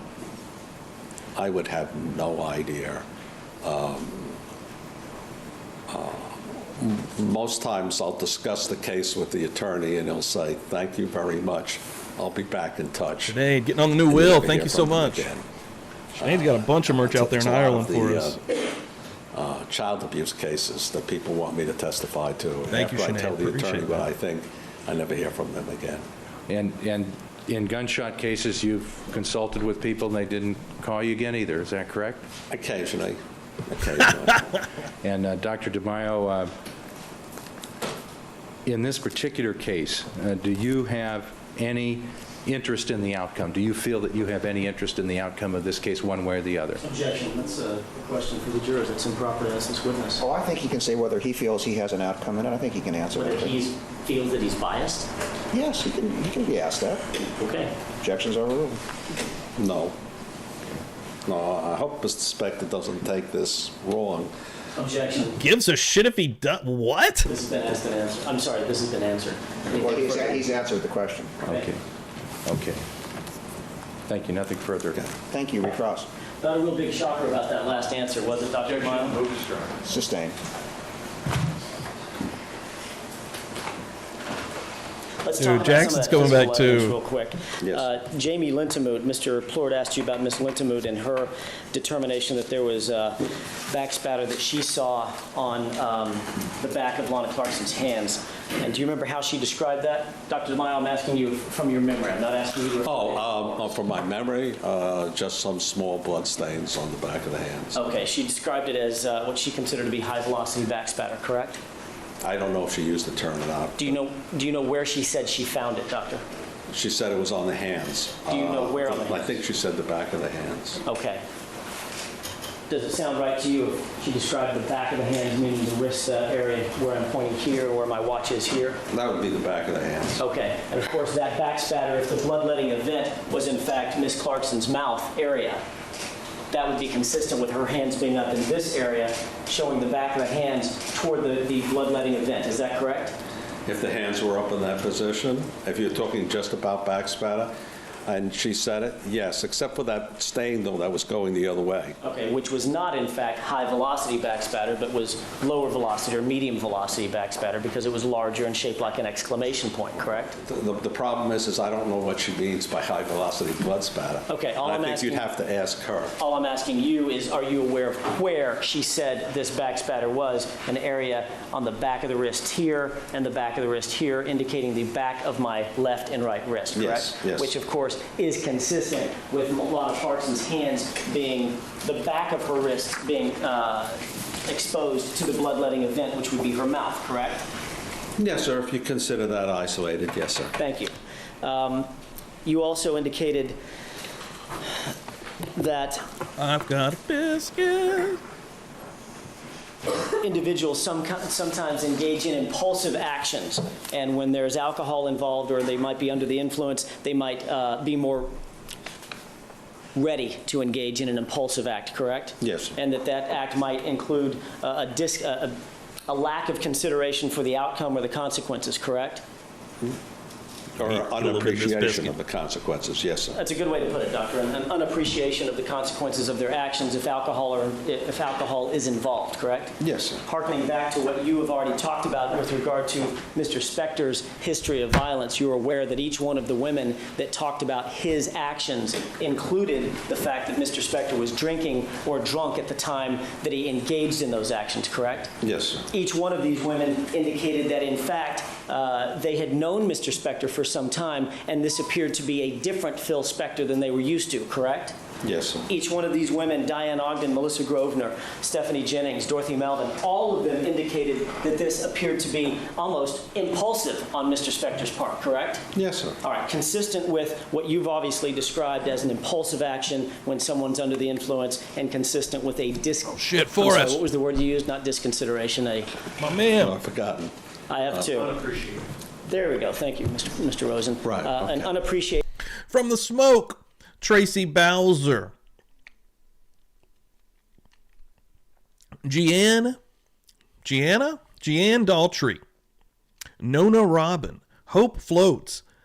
Gaton Girl.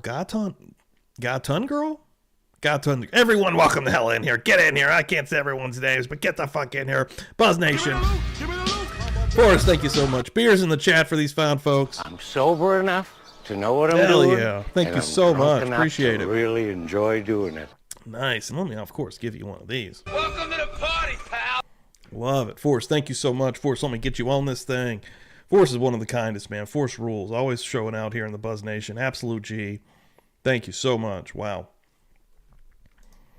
Unappreciation of their consequences, correct? Yes, sir. All right, so the same thing would apply that you attached to Ms. Clarkson, in your opinion. The exact same considerations from a mental standpoint would apply to Mr. Spector, is that right? Yes, if you ignore the physical evidence. Thank you. With regard to some of that science that you talked about, Mr. Plord just asked you about the pressures involved, and I don't want to go through Stokes' Law one more time. In fact, you said that this was, in your opinion, gosh, what did you say? That the velocity that something travels, or the distance, rather, that something travels is a simple calculation of its mass versus its velocity, correct? No, sir. What I said was that everything being the same, the determinations are going to be mass and velocity. All right, and in fact, you've left out probably the most important point of Stokes' law of physics, which is the coefficient of drag. The item or the object has to move through a viscous material, for instance, air, right? That's why I said everything being the same, I'm assuming that the air is, that we're not at 15,000 feet, that the air is not, there's no wind blowing. All right. So everything being the same, right? Absolutely, for And us. of course, the surface area to mass ratio, One day. coupled with, or as it's applied to the mass of the object, and as Damn, that this is book is good. applied in conjunction, in tandem with the coefficient of drag of that particular item, that's going to determine the terminal velocity of the item. In other words, what is the fastest, based on gravity, that item can travel through air? It will reach a terminal velocity, correct? It reach a terminal velocity depending about the amount of velocity imparted to it. In fact, no matter what the energy is that's imparted to it, it will never surpass the terminal velocity based on Stokes' law of physics. Is that your understanding? No, it's not my understanding. Okay. Because if you take a .22 caliber bullet, load it in one cartridge, you can drive it at 200 feet per second. Another one, you can drive it at 2,000 feet per second. The bullet hasn't changed. Morning, The Drew. velocity imparted to it by the gunpowder has changed. And neither one of those bullets, in that little example of yours, neither one of those bullets has reached its terminal velocity pursuant to Stokes' law. Isn't that right, Dr. DeMille? So So your example doesn't hold, correct? Is that correct? But, okay, no, that's not, well, okay.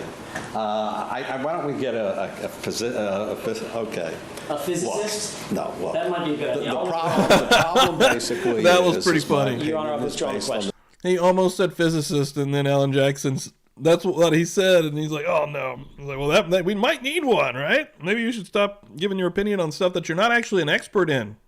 DeMaio. Well, you know, but you asked it now to withdraw. I'm going to allow him to answer All the right, question. fine. If you can, Look, I told you that, you know, it's kind of like the bumblebee that's not supposed to be able to fly but can fly. I know what happens when you shoot a gun in somebody's mouth or shoot a gun with a person's head. And I know the blood comes out and it goes 4, 5, or 6 feet. I am not a physicist and I cannot do the calculations to tell you why. But I know what happens. I know the blood goes there because I've seen the blood. Now, at this point, Your Honor, the question has either been answered, or I don't know if it has, but everything else would be non-responsive. I think he's answered the question. Thank you. Let's talk for one quick second. Again, I don't want to belabor this point, Dr. DeMaio, but let's talk about those pressures Mr. Plord asked you about. The chamber They get hot in here, versus baby. the muzzle pressure. Last week was really versus the spicy, pressure guys. inside Lana Clarkson's mouth. Now, you've told us that the chamber pressure of a Colt 38 is somewhere between 15 and 20,000 psi, correct? yes, sir. The muzzle pressure drops down drastically once the bullet moves from point A to point B into the barrel down to 5,000 psi, correct? Yes. So it sheds 2/3 of its pressure just from moving from the chamber to the barrel, about, I don't know, half an inch, correct? Right, All taking into account the cylinder gap, too. Correct. And then, when the bullet leaves the barrel, I'd like you to tell this jury exactly what the mouth pressure of the gases in Lana Clarkson's mouth was after those gases have left the muzzle. Can you tell us that? That question was asked, and I told you, no, I can't tell you, and no one else can. It But we cannot be know that answered, the can it? pressure was sufficient to throw the teeth fragments, or the 10, 15 feet. So we know that what the pressure can do with the fragments from the caps. Yeah. So there is sufficient pressure to drive things a long distance. And of course, Doctor, that takes into consideration the fact that gas finds its own medium. In other words, gas will expand at an equal rate in all directions, correct? It's not discriminating. Right. Is that right? Except, well, okay, in all directions, but of course it's going to, if you have open orifices such as the nostrils and mouth, it's going to be directed towards there to escape. And that's why if you stick a pin in the balloon, the gas escapes. And the pressure in the mouth, the way that the gas dissipates in the mouth, it's almost instantaneous, correct? Oh, yes. I mean, it happens that quick. Yes. Done. As soon as the gun is fired, it's done, correct? Yes, sir. And gas is not discriminating, correct? As far as the direction it goes. That's correct. And you're aware that of the 32 teeth in Miss Clarkson's head, the other 30 were not broken. Is that right? Right. I All don't right. expect them to be broken. Thank you. With regard to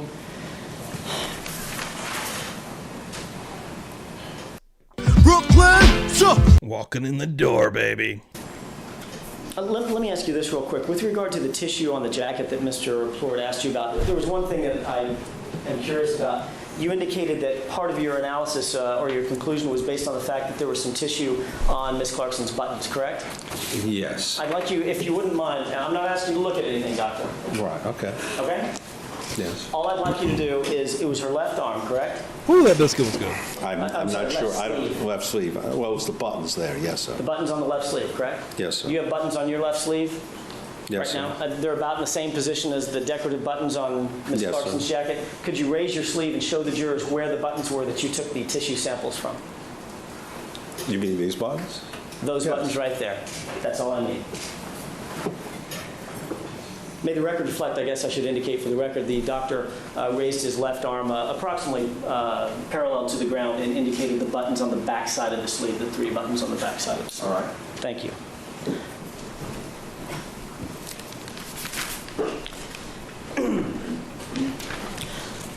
Doctor, I just have a quick final point. At the end of the day, nothing about the blood taken on its own Okay, nothing about the back spatter on Miss Clarkson's hands, taken on its own, will tell you where her fingers were at the time of the discharge, correct? Taken from in isolation, that is correct, sir. Okay.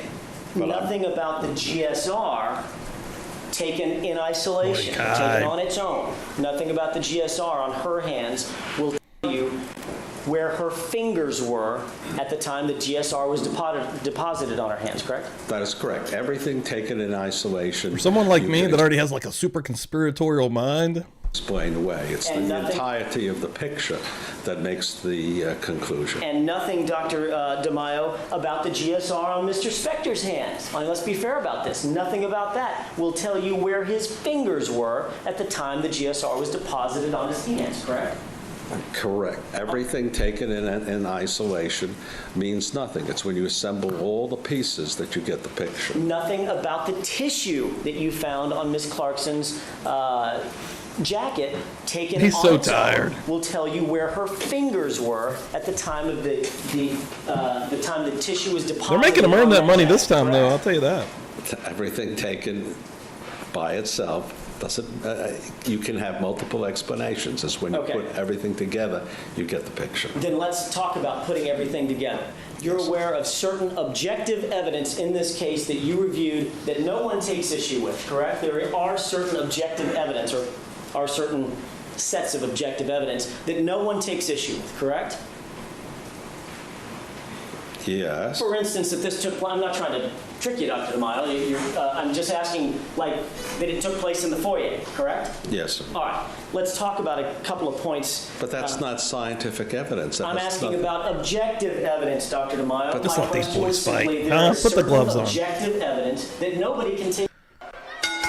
Ladies and gentlemen, now making his way down the aisle from Los Angeles, California, Alan Jackson. And in this corner, yeah, Dr. DeMaio is also. Let's go. Issue with, correct? Right. Thank you. I want to talk about a little bit of that objective evidence and ask you if you agree with this.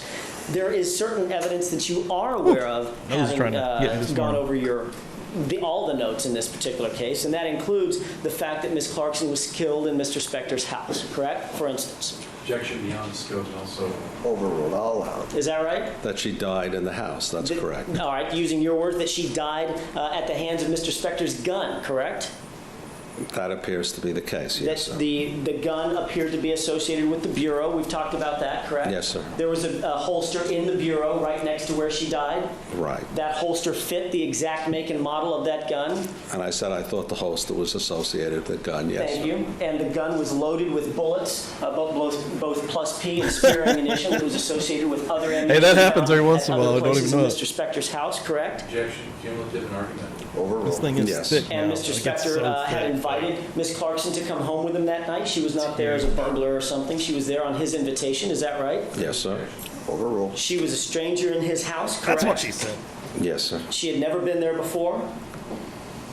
I assume not. All right, based on the reports that you Right. read. I'm not arguing with you. I'm just Okay, thank you. crossing And the of course, T's, dotting the I's. at the point at which she went into the house, she would have had no way of knowing where any guns or ammunition was, correct? Objection, since fact not never. This states the testimony. You have to be very precise with that question. I can Mr. rephrase State. it. There's nothing in any of the reports that you've reviewed to suggest that Ms. Clarkson, at the time she entered the house, would have known where the guns, where any guns were, correct? That's correct. Or the fact that there were any guns in the house at all, correct? That's correct. Based on your review of all the reports, you are aware that Mr. Spector was, in fact, the resident of that house, correct? Yes, sir. And you would expect, based on your review of the reports, that he would know what was in the house, for instance, where and what guns were around, correct? Yes, sir. You're aware that in the foyer area, there was only one open drawer, and that was the drawer with the holster that fits the gun, correct? Yes, sir. You're aware that she was seated right by the back door, correct? Yes, sir. You're aware that she was fully clothed when she was seated by the back door, correct? Well, technically, she wasn't. Well, let me ask you this. You're because aware the- that she was wearing the same thing that she had been working in that night? Right, that's why I said technically, because there was a skirt rolled up in her bag. And you're aware that, in fact, when she was working at the House of Blues, because you've seen the video, she was wearing the same slip dress as an outer garment? Right, that's why I said technically, okay? All right. With regard to that, she had on the slip dress, she had on the jacket, right? Yes, sir. She had on nylons. Yes, sir. She even had her shoes on, correct? Yes, sir. And she had her handbag over her right shoulder, at least looked like it had slipped just off of her right shoulder as she was found, correct? Yes. It's in a position you would assume that would come when you slip downward on a chair. And you've already told us that after she was shot, she was immediately dead, correct? That's correct. And she would not have been able to move around the house. That's correct. But objectively, you're also aware that the blood from Miss Clarkson was found on the doorknob, Yes, sir. on the latch bolt, Yes, sir. on the banister. Yes, sir. Overruled. I believe when you went into your redirect that you have opened this for a recross. You may proceed. Thank you, Your Honor. You're aware that Mr. Spector removed his jacket and put it upstairs, or went upstairs and removed his jacket? Yes, sir. You're aware that that Mr. Spector actually retrieved a diaper from upstairs, that Curity diaper we've talked about? Objection. Simpson back on that. I'll withdraw. Sustained. I'll withdraw. You're aware that Mr. Spector, at some point after Ms. Clarkson's death, came in contact with or somewhere retrieved a diaper? Yes, sir. You're aware that that diaper was wetted by Mr. Spector? Yes, sir. You're aware that blood was deposited on that diaper after it was wetted, correct? Yes, sir. You're aware that that Ms. Clarkson's face had been wiped, at least in part? Yes, sir. You're aware that there was clotted blood on her face, is that right? Yes, sir. There was associated clotted blood from Ms. Clarkson on the diaper? Yes, sir. And of course, the diaper was laying by the open toilet. Yes. All of those things objectively you're aware of, correct? Yes, sir. You're aware that Mr. Spector, in fact, was in the residence for some 40 minutes before he was actually arrested, correct? Yes. And you're also aware, are you not, Doctor, objectively, that there is no evidence that Mr. Spector ever called 911 or called for an ambulance, correct? Yes, sir. You're aware that finally the jacket that Mr. Spector had been wearing throughout the evening and that he was seen wearing throughout the evening did in fact have Lana Clarkson's blood spattered on it, correct? Yes, sir. Now those are objective facts that you took into consideration in coming to your conclusions, are they not? No, sir. You didn't consider those facts, Dr. DeMaio? Those facts do not lead to the conclusion as to who held and who fired the gun. They're objective facts, but they have nothing to do with who fired the gun. The determination of who fired the gun is based on the intraoral wound, the tissue fragments on the shoulders and arms, the blood on the hands, and the gunshot residue. Whatever the things that you mentioned really do not tell you who fired the gun. And the whole question in this trial is who fired the gun. And you just told us, Dr. DeMaio, that taken on its own, the GSR doesn't tell you that, the blood doesn't tell you that, the tissue doesn't tell you that, and the fact that this is an intraoral gunshot wound does not tell you who fired the gun, does it? But these are objective scientific facts That don't relate. tell you the Excuse answer me, to the sir. question. Excuse me. We're going. We're going. These are Judge Dowhard, put the referee shirt on right now, sir. We're going to have to do this thing. Hey, motherfucker. One more time. Yippee-ki-yay, motherfucker. Scientific facts that help you determine who fired the gun. Whether there's blood on the door or not doesn't tell you who fired the gun. Who fired the gun is determined by the nature and path of the wound, the intraoral nature of it, the gunshot residue, the blood, and the tissue. Everything else may be true, but it doesn't tell you who fired the gun. And that's what the whole trial is about. And Dr. Who DeMaio, fired the gun. And Dr. DeMaio, you've just told us, have you not? You've told us once, you've told us twice, you've told us 5 times, have you not? That the GSR, the blood, the intraoral gunshot wound, and the tissue all can be consistent with Ms. Clarkson having her finger on the trigger, and it all can be consistent with Mr. Spector having his finger on the trigger. Correct or not? When you take... Is that right or is that wrong, Can't Dr. just DeMaio? answer a yes or no. Right He or has wrong? to- It's a simple yes or no question. That's kind of... First of all, if you can answer the question, and then if you need to explain it, you'll be given an opportunity. First of all, can you answer the question? All of that is I can answer consistent. the quick question, but I need to explain my Well, answer. first, give your answer, and then we're going to Thank allow you you. to explain. Yes. All of that can be consistent with Mr. Spector having fired the weapon, correct? Yes, if you take each in isolation. Thank you. That's all I have, Your Honor. Okay? Redirect. And Dr. DeMaio, if you don't say AJ's each in good, bro. isolation, your answer would be no. Is that correct? The thing is you can't... Answer the it's kind of question. like Oh, saying and a Plort's person- going to come back up because of course he is. He's going to, you know what? I got to give him the opportunity to continue to expand upon this thought just a little bit further, to bury our brains deeper into the fucking sand. We're Is done a with this tooth, dude. Is a nose. The jury has to be is done an with this dude as well. eyebrow, is hair, is a right finger. A person is a whole know his entity opinion. of multiple things put together. In this case, to determine who fired the gun, which is the whole question in this trial, you have to take the scientific evidence, assemble it like a jigsaw puzzle, and then you look at the picture. And the picture says that Miss Clarkson fired the gun and that Mr. Spector did not. Just to briefly, I'm going to try to get this done in a few minutes, Dr. DeMaio. Each of the incidents that Mr.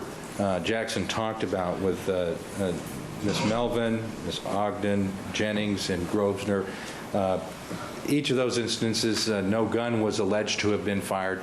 No, is that true? That's true. And regardless of that, even if a gun was fired, that wouldn't change the physical evidence in this case. It doesn't change the physical. The question is who fired the gun, and the physical evidence says that she fired the gun.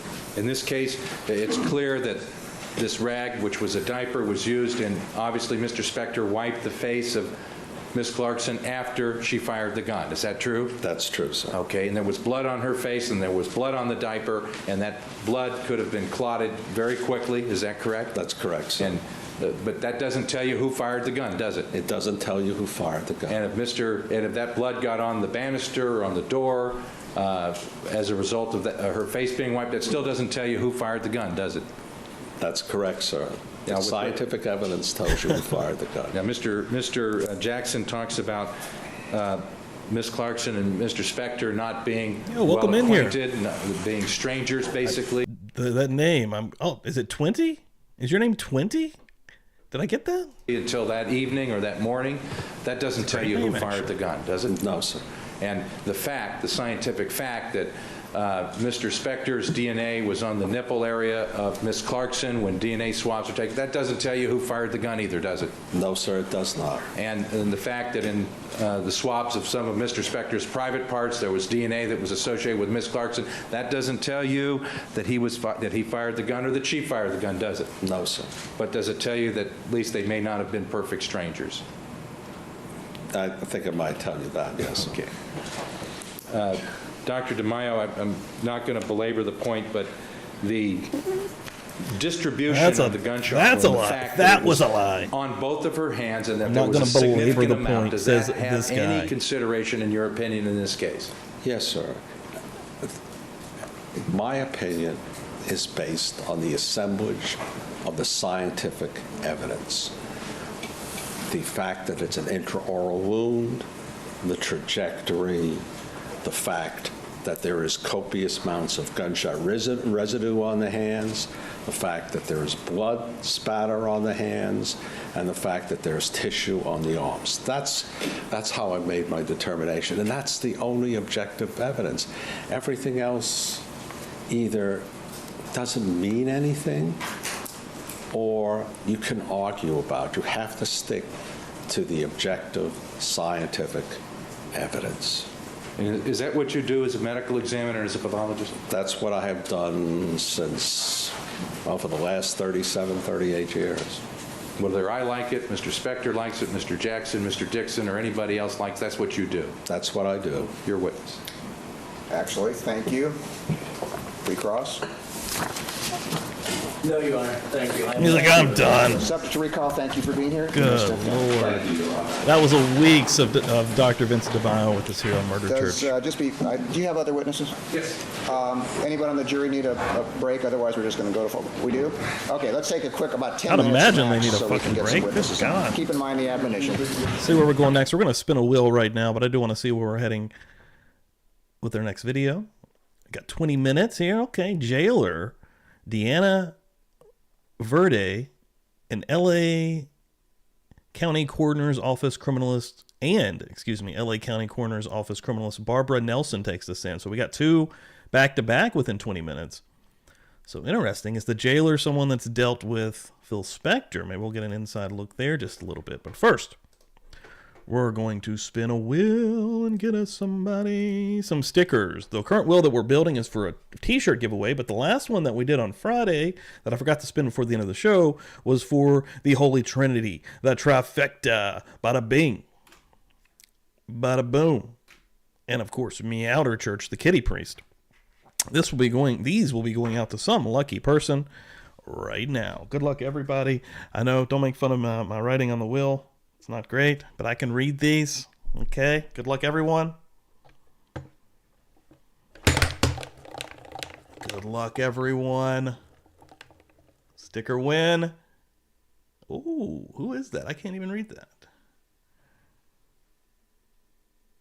Oh, shit. Oh, that's Forrest. Forrest just won some more stickers. I think Forrest has some stickers on the way. Now he's got some more stickers coming his way that he can lay down. I'm getting close to getting your first ones out for. So when I get the first batch out, I will just put them all together. And let me get you down here for a in the winner circle before I forget, of course. Bada bing, bada boom. And yeah, Forrest, thank you for always being so supportive and so awesome. Right here, Forrest 3. I'm just gonna put the Holy Trinity. That's what that is now. Hell yeah. Hell yeah. Nice. And we're still working on another wheel. Let's see where we're at on it for a t-shirt giveaway. Had a lot of nice folks this morning. 1, 2, 3, 4, 5, 6, 7, 8, 9. We're 3 away from the next spin, folks. We're going to keep rolling here. Let me turn my green screen back on. Boom. And we're in the church. Again, today, 4 p.m. Eastern time, I'm doing a very special stream right here.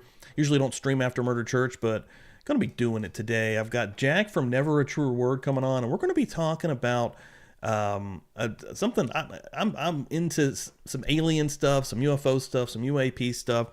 And Barney Hill, who was hypnotized and put under hypnosis to talk about his and his wife's abduction in 1961, one of the most famous accounts of all time. The audio from this hypnosis session is insane. It's very wild. It's crazy, actually. When I first listened to this, even when I listened to this, I was like, man, I want to get more information. Reached out to Jack from Never a Truer Word. He is also into stuff like this, and he was more than pleased to come on, and we're going to be doing that again 4 p.m. today, folks. Make sure, let me just show that off, and I might even send you guys there after this show, but this is going to be a good one. You're not going to want to miss this. This is going to be a very entertaining show, and a little something different also. But yeah, let's keep rolling here. We got 20 minutes here with 2 more witnesses coming through. The first one up, again, jailer Deanna Verde. I believe I'm saying that correctly. Let's keep rolling in Murder Church. If you have not hit the like and you're hanging out back there, do so. Of course, that helps us out. My name is Deanna Velarde. First name D-I-A-N-A. Last name B as in Victor, E-A-R-D-E. All right, thank you. You may proceed. Thank you, Ms. Velarde. You were what is called a jailer for our shit. You don't have any mail delivery. Damn, we'll figure something out here. In 2003? Yes, I did. I'm going to put a note, though. Just so I can tell the jurors what a jailer is. A jailer is where we booked and we do booking process. We do fingerprints, photos, logins on property, pretty much. Okay. And you were the officer who fingerprinted Mr. Philip Spector? Yes, I did. And that was on February 3rd, 2003? Yes, I did. And you filled out a booking and property record? Yes. Okay. Your Honor, may I have an exhibit marked next in line? It would be septuple K. if any jurors are keeping, there is a septuple J that was marked outside your presence, and so don't worry about that. So we're now on to K. Okay. And I showed you, if I may approach what's up here. Can you see this? Yes, I do. And you and I are in the hallway for today. You looked at this picture before. Yes. And you took this picture along with a couple booking photographs of Mr. Spector? Yes, I did. Okay. Now, I'd like to put your direction into that list in the right-hand corner. Could we highlight that, Mr. Hahn? Okay. Do you know where this list came from? As far as I know, if it was part of the property from Mr. Spector. Okay. Do you know who gave it to you? I don't remember. Okay. And in fact, you don't know how this white list was retrieved, do you? No, I do not. Thank you. That's all I have. Thank you, Cross. No questions. Thank you. Thank you. Oh, that's why that one was was quick. There wasn't a lot there, you know. It was basically what was in the man's pockets when he went to jail. Do you have another witness? Yes, I do. All right. Ms. Barbara Nelson? Please raise your right hand to be sworn. You do solemnly swear that the All at once, testimony you may Barbara, give in the real cause now quick. pending before this court shall be Okay, L.A. County Coroner's Office Criminalist, Barbara Nelson. the truth, the whole truth, nothing but the truth, so I help you imagine we're God. going to go into a different part with Thank you. her. Please be seated. I can imagine an Please state and expert spell your first and last could name get for away the that record. quick. Barbara Louise In this Nelson, BARBARANELSON. Thank you. You may proceed. Thank you, Ms. Nelson. You and I have been in the hall for the last 2 days. Yes. Just, Your Honor, yesterday was her birthday. She was sitting here. Happy birthday. Sorry you had to spend your birthday in a Oh, that's all right. Thank you. You were an investigator for the coroner's office in 2003? Yes, it was. Okay. And you actually went to 1700 Grandview Avenue? Yes, I did. And about what time did you arrive at 1700 Grandview Avenue? Can I refer to my report? Yes, please. Yes, I'm sorry, Your Honor, that was your province. Oh, that's okay.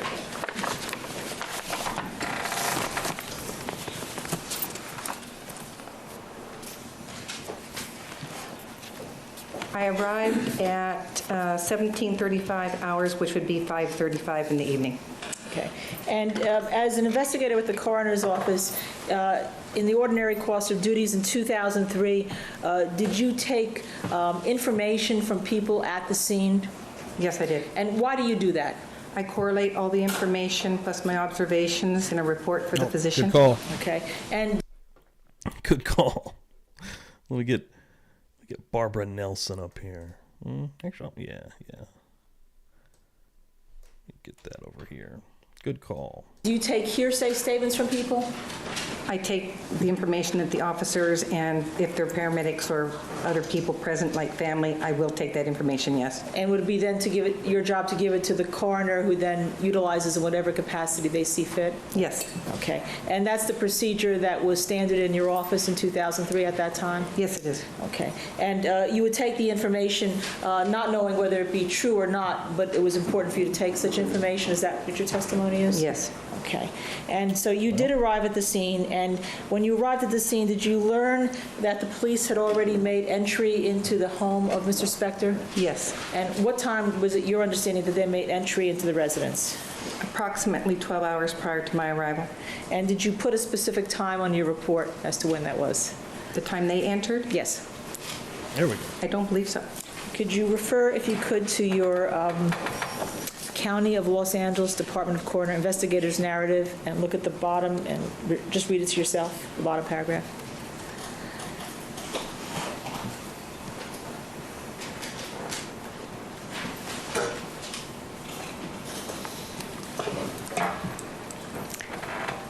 Was it your understanding that a certain time was indicated in your report as to when the police entered the home? I have that the time she was pronounced. Okay. If I showed you a report, could that refresh your recollection? With respect to objective foundation, with respect to what? As to specific time? The time she recorded. If you may approach and show her something, we'll just have you read it to yourself. Yes, thank you.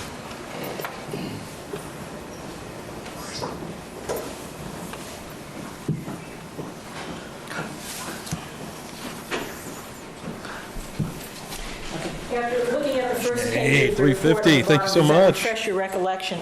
Yes, it does. Appreciate Okay, that. and what time did you Two put in away your report that they entered from a the shirt home? giveaway. About 05:20. Thank you, Shane. And that'd be 5:20 in the Rolling, morning? baby. Okay. And that would be about 12 hours later you came? Yes. And about what time did you come then? I arrived at the scene at 5:35 p.m. Okay. Now, you also took other information concerning whether or not paramedics had been there?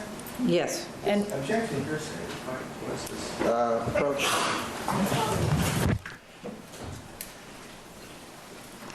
Ms. Nelson, we were discussing certain information that you would then relay as part of your job duties Linda Kinney to Bodden the coroner. doing the questioning right And now. the information you would get would be from the detectives on the scene? Yes. And you itemized those detectives in your report? Yes, I did. And was one of those detectives Fournier? Yes. Okay. Did you relate a statement given by a driver, Adriana D'Souza, which says as follows?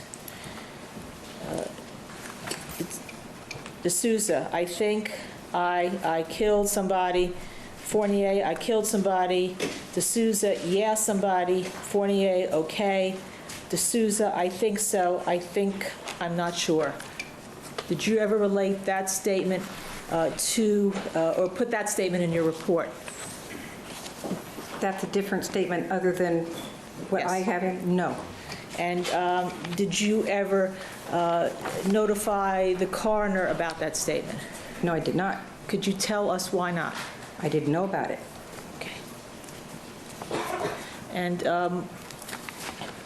excuse me, one of the other job duties that you had with regard to this was the itemization of the contents of the purse of the decedent?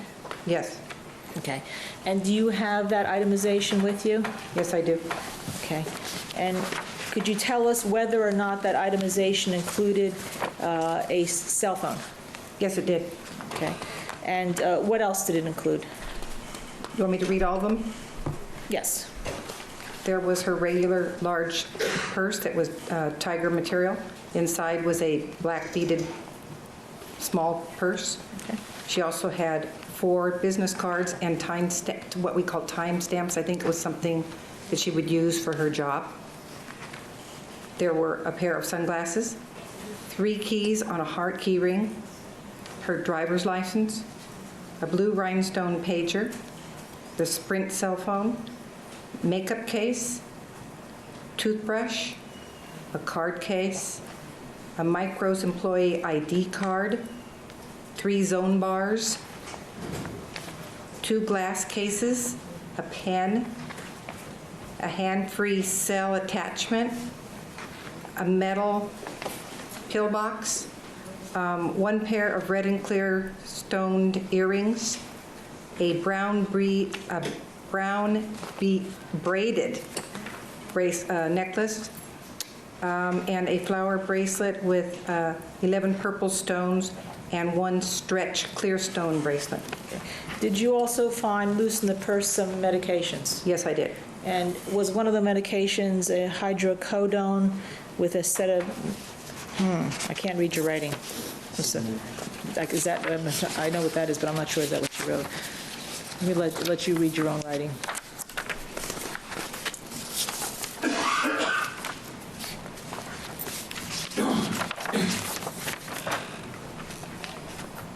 Hydrocodone with acetaminophen, Okay. which is Tylenol. And you put that in a report. Did you find any prescription directions for it? No. What did you put that you didn't find any prescription directions? More than likely, it was just lying free in the purse or in the pillbox. And did you find any physician for it? No, I did not. Any pharmacy? No. All right. You also found another white capsule with a zenith heading? Yes, I did. And a zenith heading with a number. What was the number? 4266. Okay. Did you ever discover what that was? No, I did not. Okay. And with regard to a case report that you filled out, did your responsibility fill out a case report? Yes. Under special circumstances of the case report, did you put the term celebrity down? Yes, I did. Thank you. I have nothing further. Thank you. Cross-examination. Good afternoon. Hello. We talked a little bit before, right? Yes. Yesterday on your birthday. Yes, we did. Council asked you if you talked to some detectives at the scene when you got there. About what did you say, 5:30 or so in the afternoon? Yes, sir. On February 3rd. Yes, And you said yes, correct? that's correct. One of the detectives that you talked to at the scene was Detective Mark Lilyfield from the Los Angeles County Sheriff's Department, correct? Yes, And he gave you a statement, is that right? yes, And one of the reasons that you take these statements is so that you can memorialize them in your report, is that right? correct. And then that goes to the coroner's office and actually the medical examiner who is involved in the case. Yes. And in this case, that was who? Dr. Luis Pena. So, although Dr. Pena was at the scene also, is that right? Correct.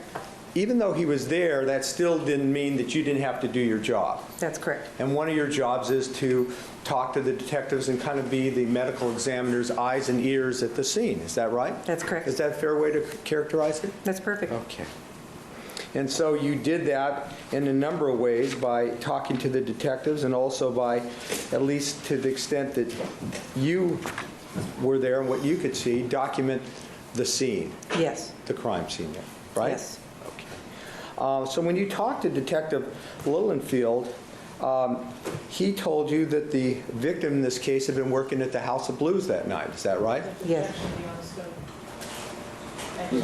It is, how is it not hearsay? Well, for the same purpose that we were I just... kept the hearsay statements out, though. Okay, all right. The well, we'll objection go was with this. sustained. Did Detective Lilyfield tell you that the suspect exited the home holding a gun? The problem is, with the exception of the statements of Mr. DeSouza, which I'm not even sure those came in. I'm trying to remember that. No, was when they did. What? I know. Approach the bench. I think there's a Now misunderstanding. we're going to of what's approach going on right here. now. Done with it. It's done with it. Hey, motherfucker. Thank you. Just a few more questions. So you had a conversation with Detective Mark Lilyfield, correct? Yes, sir. And in that conversation, did he tell you that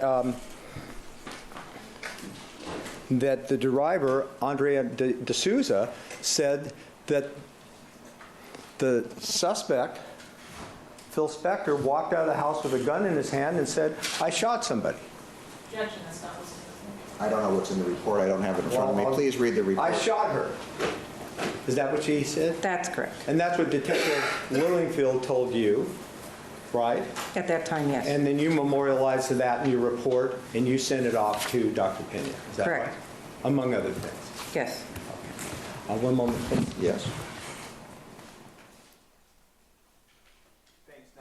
Thank you. Redirect. Ms. Nelson, when we talked, is it a fair description of your job that you have to, after you get the scene briefing, you have to note discrepancies?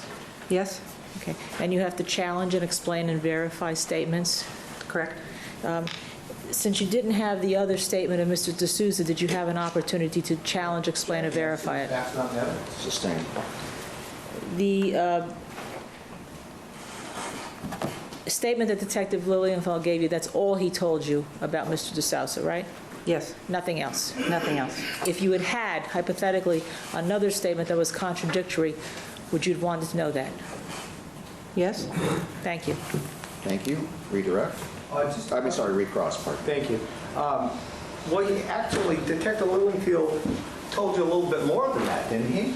Yes, In fact, he told you that after the limo driver, Mr. D'Souza, came out and saw the defendant with the handgun and said, "I shot her," that he called 911. yes, Right. He tried to reach for help. yes. Okay, thanks. Nothing further. Thank you. Redirect. Do you know whether or not Mr. Spector, when he came out to see Mr. D'Souza, was thinking that he was trying to get help? Objection. That's calling suspected. Sustained. Thank you. Thank you. Any recross? No, thank you, Your Honor. Nothing. All right. Subject to recall. Your excuse. Thank you for being here. Happy birthday again. Thank you. All right.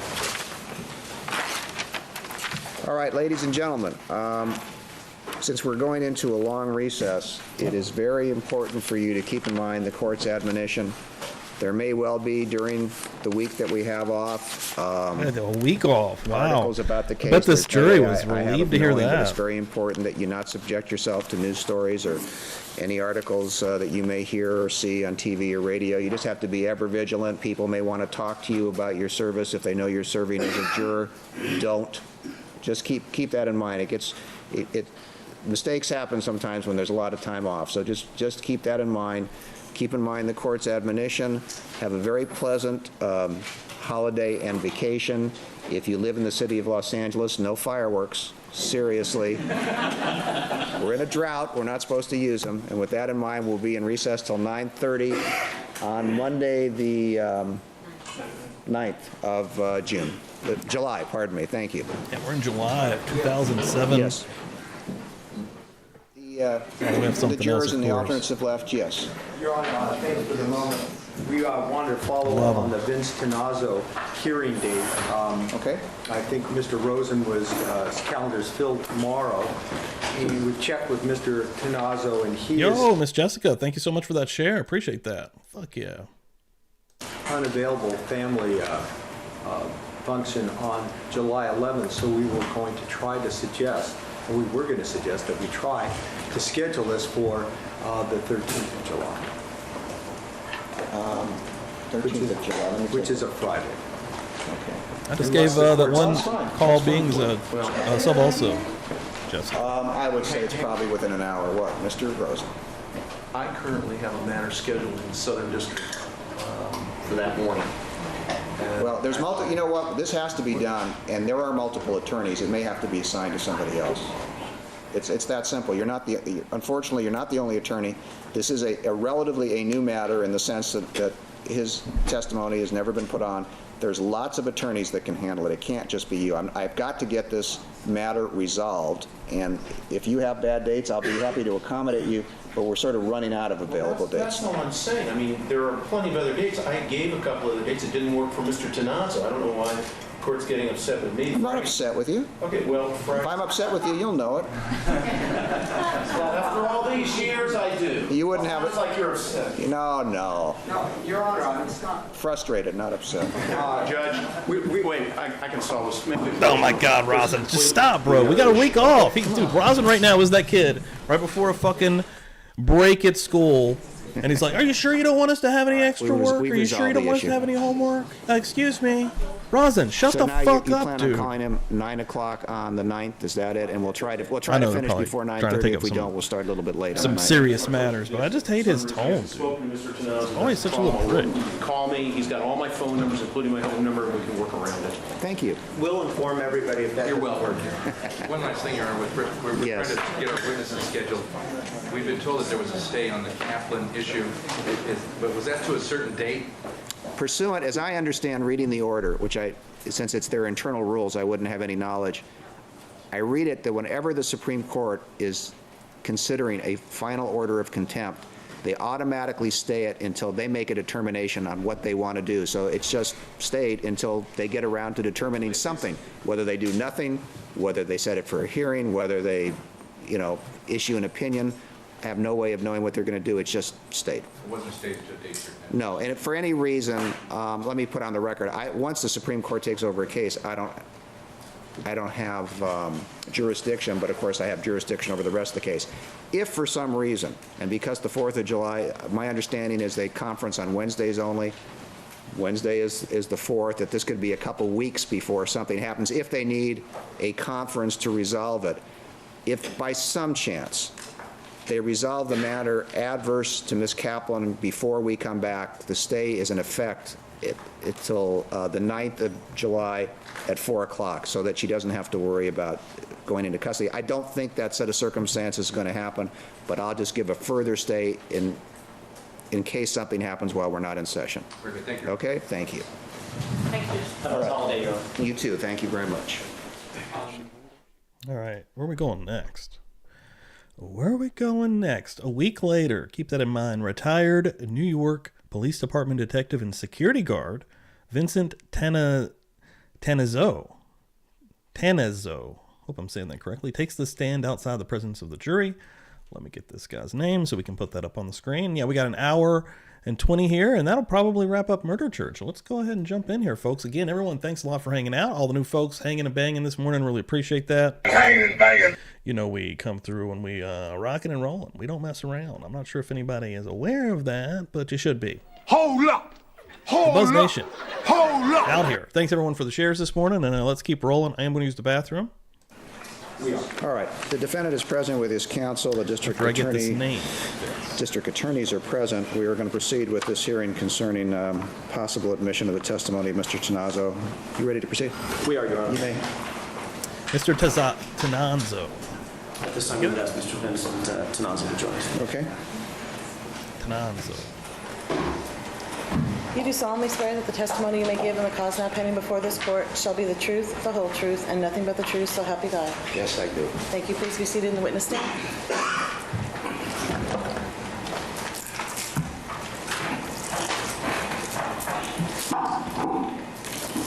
Would you state and spell your name for the record, please? State and spell your name for the record, please. Vincent Tazo, T as in Thomas, A-N-N-A-Z-Z-O. Thank you. You may proceed. Thank you, Your Honor. Good morning, Mr. Tazo. Good morning. Thank you for coming. I think you came quite a ways, didn't you? Yes. All right. Why don't you just sit back and pull the microphone towards you a little bit, and let me ask you a few questions. What do you do for a living now? I'm basically retired. That's definitely not it. And but before that you was were in my head retired, for a what did second. you do? I own my own security company. And before that? I was a detective with the New York City Police Department. Let's talk about that very briefly for a few moments. When did you join the New York Police Department?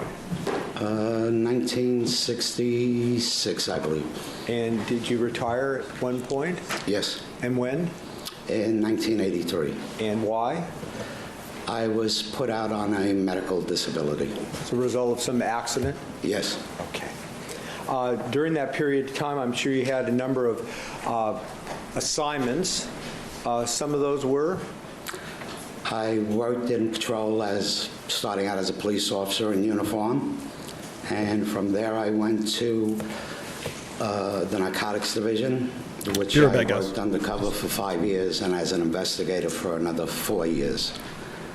From there I went to the intelligence division, and during my time in the intelligence division, I was assigned to a special unit investigating domestic terrorism. During your time with the New York Police Department, did you ever become involved in presidential security? Yes. How often and what president? I was on 3 presidential details, President Nixon, President Carter, and President Reagan. Now let's turn to your post-New York Police Department career with your security company. Are you a licensed, or were you then a licensed private detective in New York? Licensed private investigator, yes. Thank you. And when did you start that business? Around 1989, 1990. With some other people? My 2 brothers, yes. And at some point, did you have a rather well-known celebrity as a client? Yes. And who is that? Joan Rivers. And during the period of time, let me withdraw that and ask you this, what period of time did you work with Joan Rivers? From 1990 until present. Okay. And during that period of time, did you come to know a person by the name of Dorothy Melvin? Yes. And how was that? She was, at that time when I started, she was Joan Rivers' manager. So you had a professional relationship with her and obviously Joan Rivers? Yes. Did you work at times closely with Dorothy Melvin? Yes. Working with Joan Rivers, was that pretty much a full-time job? Yes. Even more so? 20-hour days? Sometimes 16, 17 hours, yes. At some point, she had a TV show and then a Broadway play, and you were expected to provide security for both. I think this is, we can move forward, especially outside the presence of the jury.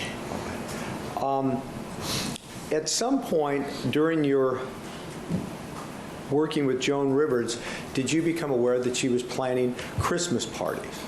Yes. Did this start as soon as you started working for her, or had you been there for a few years before she started her Christmas party? I was working for her, and I think the first year or so it started with Christmas parties. Okay.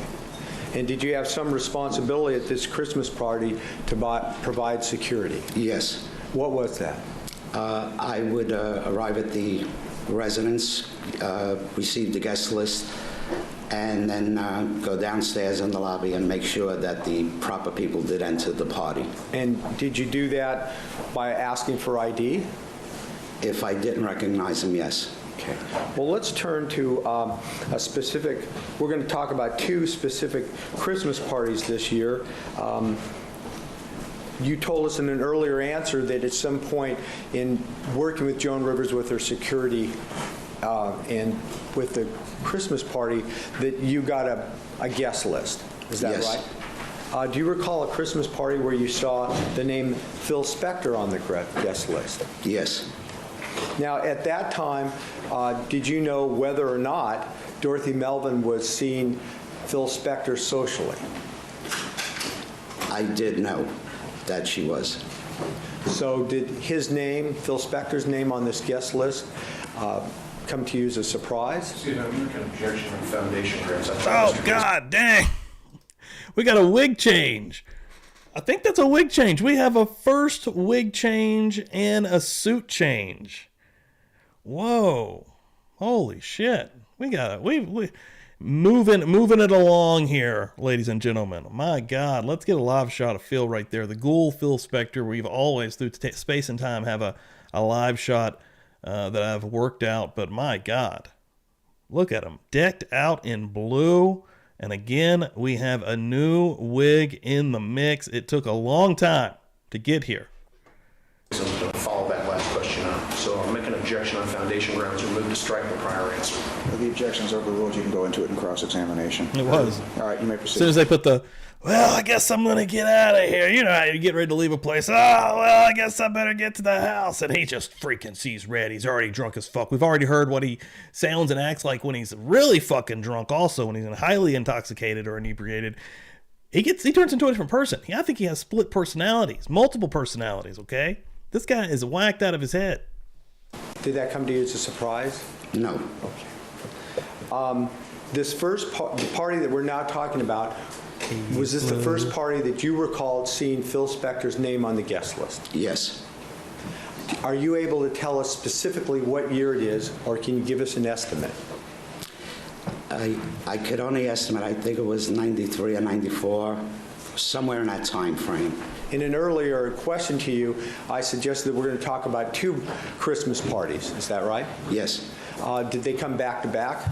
Yes. So if it was 93, then the next one would have been 94. If it was 92, the next one would have been 93. Yes. Is that your best recollection in trying to nail down specifically what year these Christmas parties occurred in? Yes. Okay. So the first Christmas party, you get the guest list, you see Phil Spector's name on it. Now, did you know who Phil Spector was at that time? Yes. How? Just by his reputation in the music business. Were you familiar with his music? Yes. Matter of fact, I owned a couple of the CDs. You liked his music? Yes. Do you have any negative thoughts or ideas about Phil Spector when you saw his name on that list? Objection, relevance overruled. No. In fact, you were a fan of the music? Yes. So at some point in the first Christmas party, you're downstairs in Joan Rivers' building. You're kind of checking people in off the guest list. Is that correct? Yes. Did you see Phil Spector? Yes. See him here in court? Yes, I do. Identifying the defendant for the record. Thank you. Welcome in here. So what happened when you saw Phil Spector as you walked into Joan Rivers' building in New York? And this is in Manhattan, correct? Yes. Okay. He walked into the building. Morning. And I believe he was accompanied by his Been a limo morning. driver. It's been spicy in They here. were bringing in a keyboard. The music keyboard? A music keyboard. What happened then? Did you have to ask for ID, or did No. you recognize who he was? I recognized who he was. Did you address him in some fashion? I don't think I did. Maybe I would have nodded my head. Check out the second channel. And he went upstairs to the party. Yes. Sometime later, within an hour or so, did you get a call? Yes. Now, during the party, after you checked people in, did you remain downstairs at the door? Not exactly. What did you do? Well, when people were in, I would randomly just get in the elevator, go upstairs, make a quick walk around the room, then return back to the lobby. And did you make an effort to know what guests may have had a car there or where their drivers were, that sort of thing? Oh, yes. Why? Well, when the guests would leave, I would escort them to, if they arrived by limo, I would walk them out to their cars. Well, at some point, about an hour after you saw Phil Spector, he entered Joan Rivers' building and went upstairs. Did you get a phone call? Can we hold on for 1 second? The jurors are here. I want to bring them into the courtroom. You may proceed. Thank you, Your Honor. So as I was asking you just a moment ago, about an hour after Phil Spector entered Joan Rivers' apartment at this Christmas party, did you get a phone call? Yes. Did you recognize the voice on the phone? Did Yes. you think you knew who it was? Who was it? Dorothy Melvin. Joan Rivers' manager. Yes. Did she seem cool and collected or upset? Upset. What did she say to you? She said, Vinny, get up here. Phil Spector just pulled out a gun. That come to you as an alarming situation? Yes. You were the security there, right? Yes. So what did you do after Dorothy Melvin told you that? I then proceeded to the elevator to go up to Joan Rivers' apartment, and as I was walking to the elevator, I unholstered my gun and put it in my suit pocket. Why? Excuse me? Why? I just received a call that someone pulled a gun out at a party, and I'm an armed security, and I put the gun in my pocket. So then did you go upstairs in the elevator? Yes. What happened then? As the elevator stopped on the floor and the elevator doors opened, I was immediately confronted with Phil Spector and Dorothy Melvin. Now, if you could just take a moment and describe to us where exactly this was. You came upstairs in the elevator, the doors open. Are you in Joan Rivers' apartment at that point? No. Where are you in relationship to the entrance to her apartment? About 8 feet away. It's a little foyer where the elevator doors open up to, and then to get to her apartment, you must make a turn and go through a door. So you unholster your gun, you get in the elevator, you go upstairs, exit to the foyer of outside Joan Rivers' apartment. What happens then? And they're standing, Dorothy Melvin and Phil Spector engaged in an argument. What was Phil Spector saying, if anything?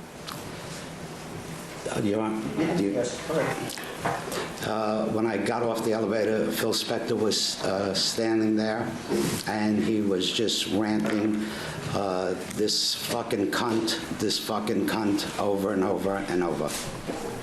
Here we go. Was he saying it in the same tone or level of volume that you just said it, or was he yelling? It wasn't a complete yell, Can you but please it was scream it for louder us, than the average voice. sir? What did you do after you arrived on that floor and saw Phil Spector, heard what he was saying? I then got into the elevator with Dorothy Melvin and Phil Spector. And you went downstairs? Down to the lobby. What happened then?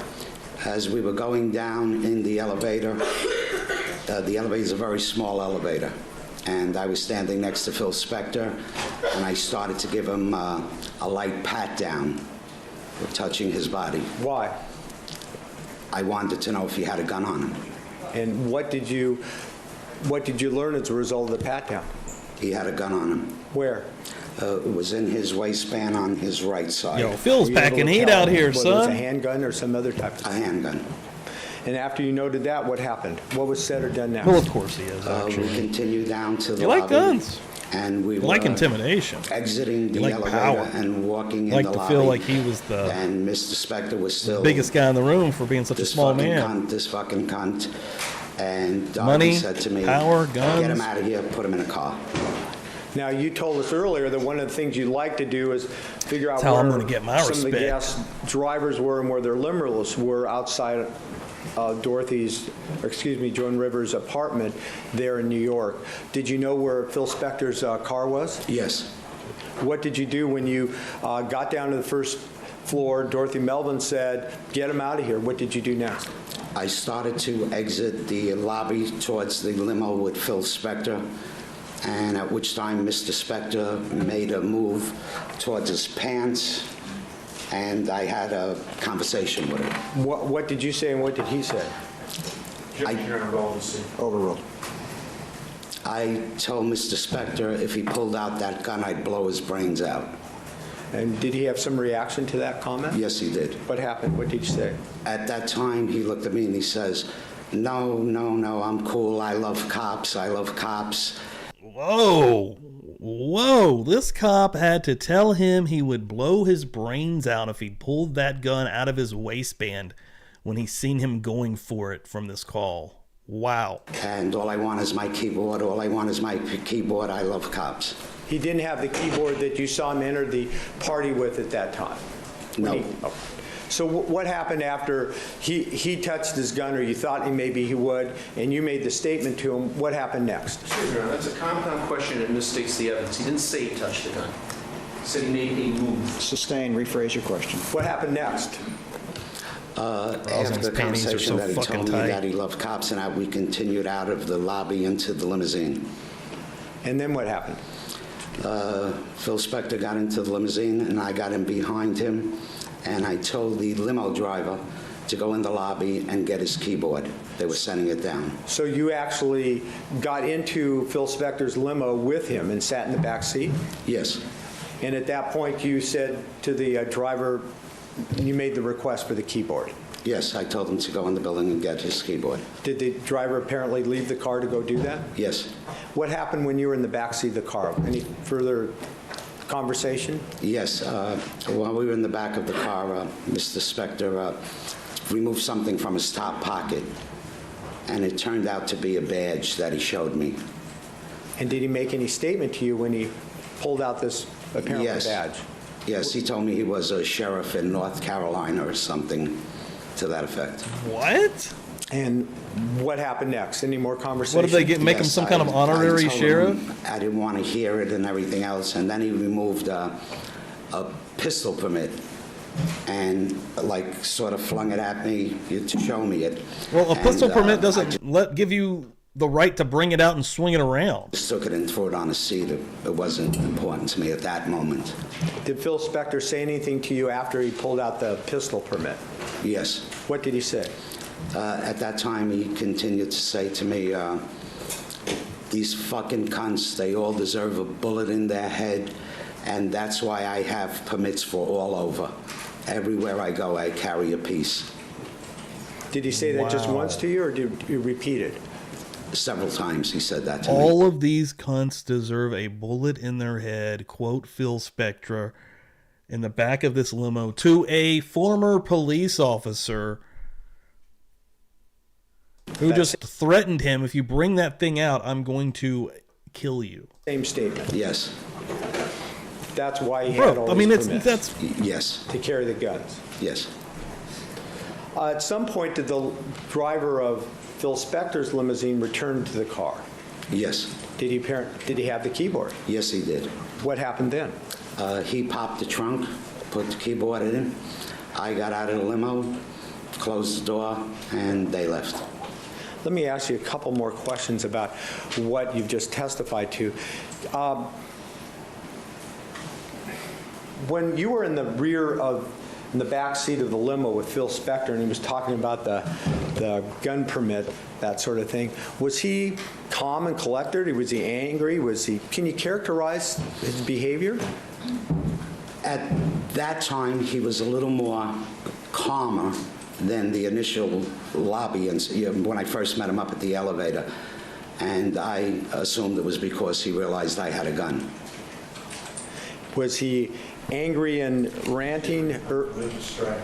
Stricken speculation. Thank you. Well, you told him that if he went for his gun, you'd blow his head off, right? Yes. Did you ever expose or show him the weapon that you had on you? No. But you told him that? Oh, yes, I did. So in the back of the car, in the back of the limousine, he was not quite as angry as he had been earlier in that evening? Earlier as he came down the elevator? I would say the same, but not as loud. So after his limo driver came back with the keyboard, put it in the trunk, the driver got in the car and drove away. Yes. Is that the last that you saw him, at least that day? Yes. Did you, subsequent to that, to Phil Spector driving away in his limousine, have any conversation with Joan Rivers about this? No. Was there a break or something after this that you did not see her? After the Christmas party, we were working at CBS, and during the holidays, we take a 3-week break. So I worked the Christmas party, and then I was off for 3 weeks. So you didn't even see her then? No. Not for 3 weeks? For 3 weeks. How about Dorothy Melvin? No. Any conversation with her about this incident? I mean, I think you testified earlier that, well, let me withdraw that and just ask you, did you make any assumptions of why Phil Spector was at that party, whether Dorothy Melvin had invited him or Joan Rivers? Objection, relevancy. Sustained. Did you have any conversation with Dorothy Melvin about this incident? Yes, very briefly that night. That same night? Yes. And you expressed your concern about it? Objection, relevancy. Well, it's not relevancy. The question is, how do you get around a hearsay objection? I'll withdraw the fine. Okay. Let's turn to the next year. This would have been depending on your recollection, either 1993 or 1994, correct? Yes. Another Christmas party at Joan Rivers' house? Yes. Same location? Same location. Same duties that you had, provide security? Yes. And you carried out your duties in the same way? Yes. So that means at some point you got a guest list. You got there early and got a guest list and looked at it. Is that right? Yes. Did you see a name on the list that surprised you? Yes. What name was that? Phil Spector. And why did it surprise you? Objection, relevancy. Only because of the previous year's actions. At some time after that, after you went through the guest list, guests started arriving at the party, correct? Yes. At some point, did you see Phil Spector Yes. as he walked in? Yes. Did he have a keyboard with him that year? Did he have a gun in his hand? Did you exchange any... Is he pulling a woman behind him by the hair of her head? As Phil Spector wouldn't be that strong, entered but you get my drift. Joan Rivers' apartment building for that Christmas party. He'd probably had somebody. He'd have paid somebody to do that part. Did you acknowledge him? My security guard's got my I date. looked at him He's and dragging I her let him in. through as far She doesn't as really want to be verbal. here, but you know what I'm saying? It ain't up to her, says Phil Spector. This is gun country. No, I didn't acknowledge him. And again, as the year before, hour or two later, did you see Phil Spector again? Yes.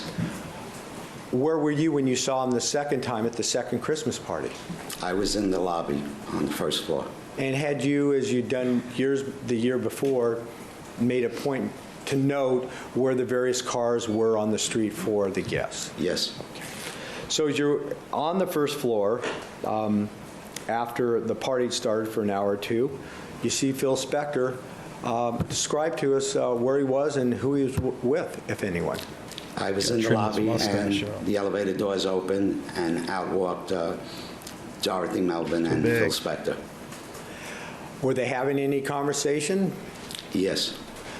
Tell us what it was. Phil Spector was just saying, that fucking cunt, that fucking cunt, that fucking cunt, back and forth. Was he saying it or yelling it or whispering it?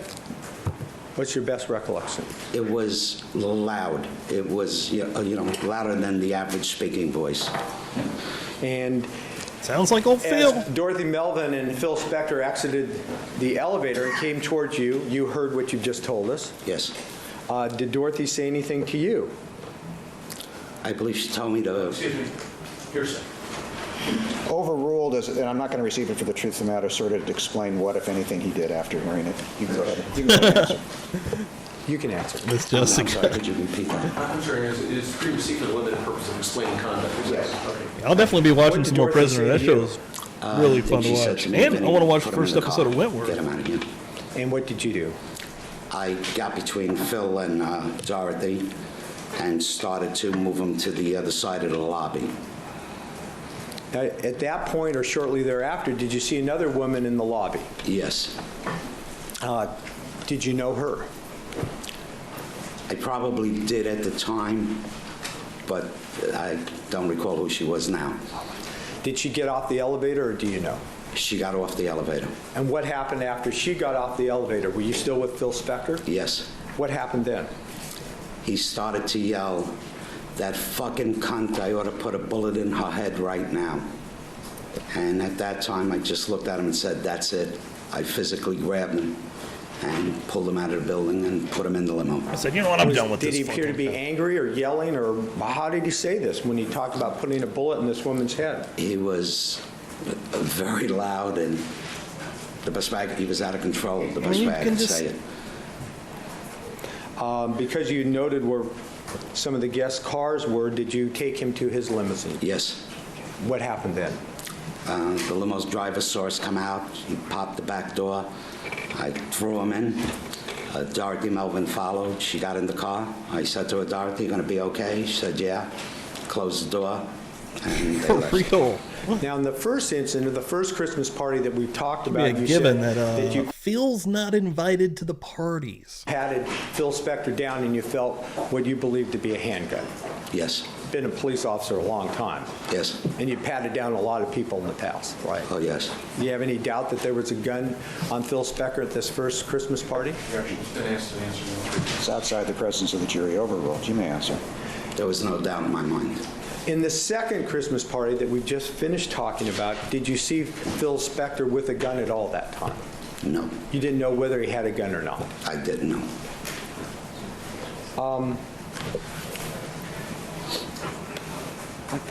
Could I have a moment, please? Certainly.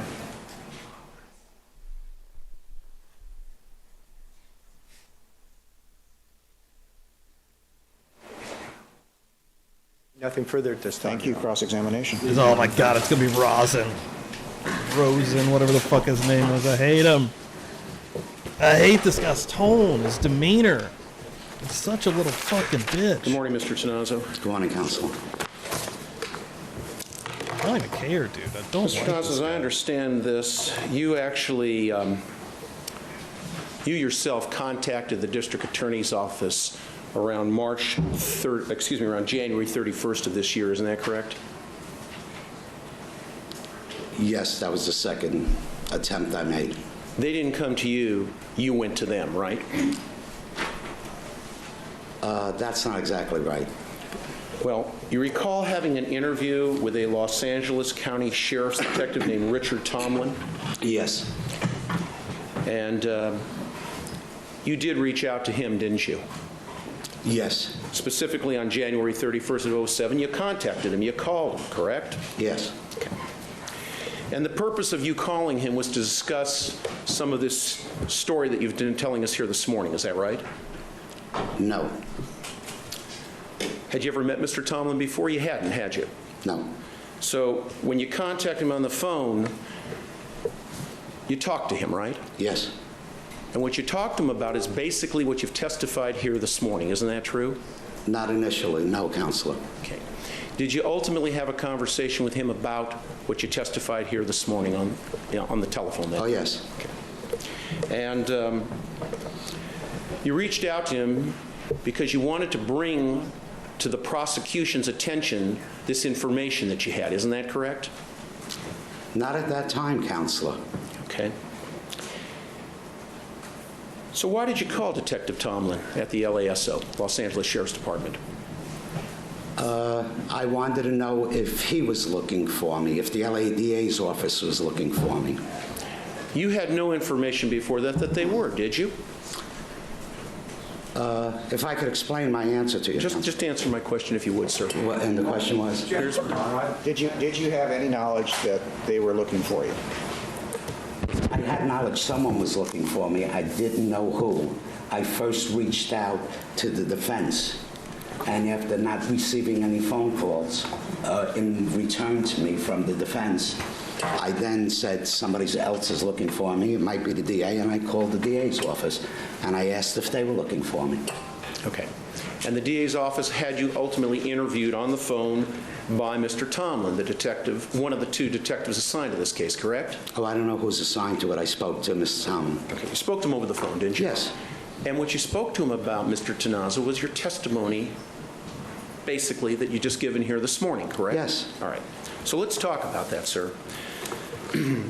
Prior to taking the witness stand this morning, did you meet with either Mr. Dixon or Pay attention to old Phil over here. Shaking it up here, huh? Shake and bake, Mr. baby. Jackson to talk about your testimony? You did, didn't you? Yes. Yo, Phil. When'd What's you up, do dude? that? Welcome in here. Yes, It's been a good morning in here. Sunday, correct? Yes. Here in this building? No. Hanging a bang. Where'd you meet with him? At the hotel I was staying at. Okay, I don't need to know where that is. How long did you meet with him? An hour or two, maybe. Was it both Mr. Dixon and Mr. Jackson, or just Mr. Dixon? Mr. Dixon. And Mr. Dixon, of course, had somebody with him, didn't he? No. He was just by himself? Yes. Okay. And the purpose of this meeting for an hour or two is basically to go over your testimony, right? Yes. In doing that, did he show you a 3-page report that was authored by Detective Richard Tomlin regarding his interview with you? Yes. You looked at it, didn't you? Yes. May I approach for foundation purposes? Thank you. Mr. Tazo, I'm going to show you a 3-page report. I just want you to look it over very quickly and tell me whether or not this is the report that he asked you to review yesterday.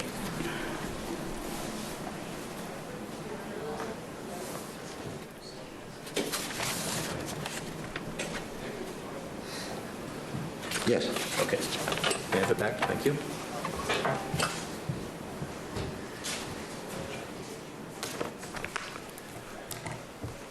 Now, let's talk a little bit about these incidents. You indicated in your testimony here this morning that it occurred in 93 or 94, correct?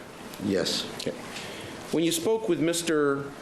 Tomlin, you didn't tell him it was 93 or 94. You gave him different dates, didn't you? Probably, if you say so, yes, Counselor. Okay.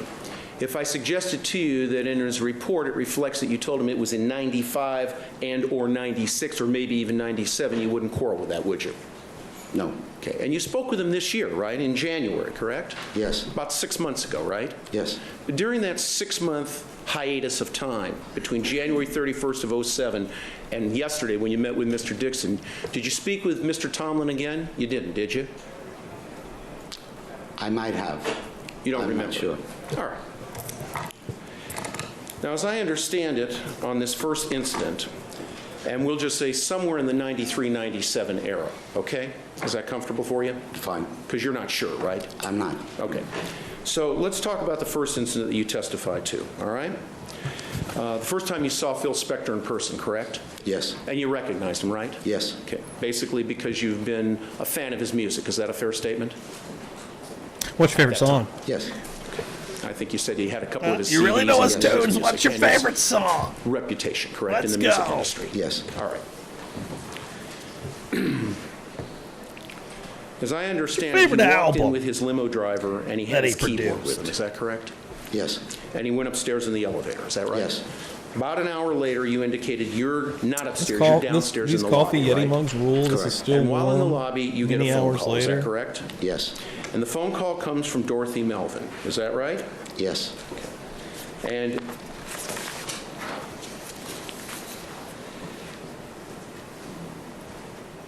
court's indulgence for just a moment, please. Oh, gotta move on.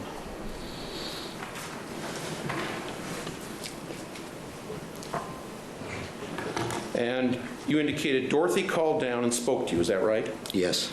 And she said to you, "Get up here. Phil just pulled a gun out." Is that correct? Yes. And you're sure it was Dorothy Melvin? 90%, yes. Okay. You remember when you were interviewed by Mr. Tomlin, you touched on this subject as to who made this call? Yes. You remember what you told Mr. Tomlin in January of this year, about 6 months ago? Yes. Okay. Isn't it correct that you told him at that time you weren't sure the caller was Dorothy Melvin? Isn't that what you told him? That's part of the answer, yes. Okay. You believed it was her, but you weren't sure, correct? I told Mr. Tomlin, and I believe it's in that report, that I was 90% sure it was Dorothy Melvin. 100% sure? No. 90% sure? Yes. May I approach her? Mr. Tazo, take a look at the report. You show me in this report where it says... Oh, I'm sorry, Counselor. Hold on. We can't talk at the same time. Okay. I'm going to show you this report. I want you to show me in this report where there is a statement attributed to you that you say you were 90% sure it was Dorothy Melvin. And just so you can... Overruled. Just so we'll save some time, let me direct you to the paragraph in question, okay? Yes. And that's right here. Counsel, paragraph... Actually, it's paragraph 2 on page 2 at the top, starting with a few hours. Just read that to yourself.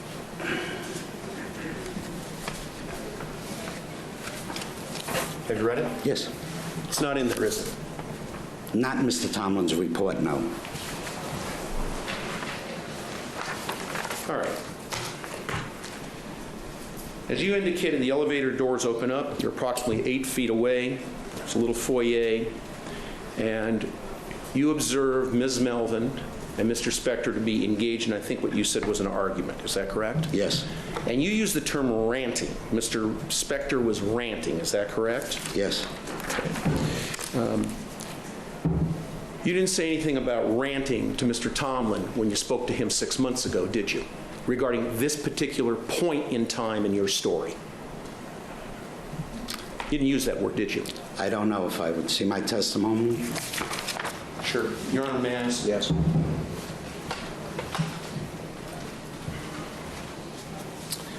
Again, paragraph 3 on page 2. Would you just take a look at that and read that to yourself right there?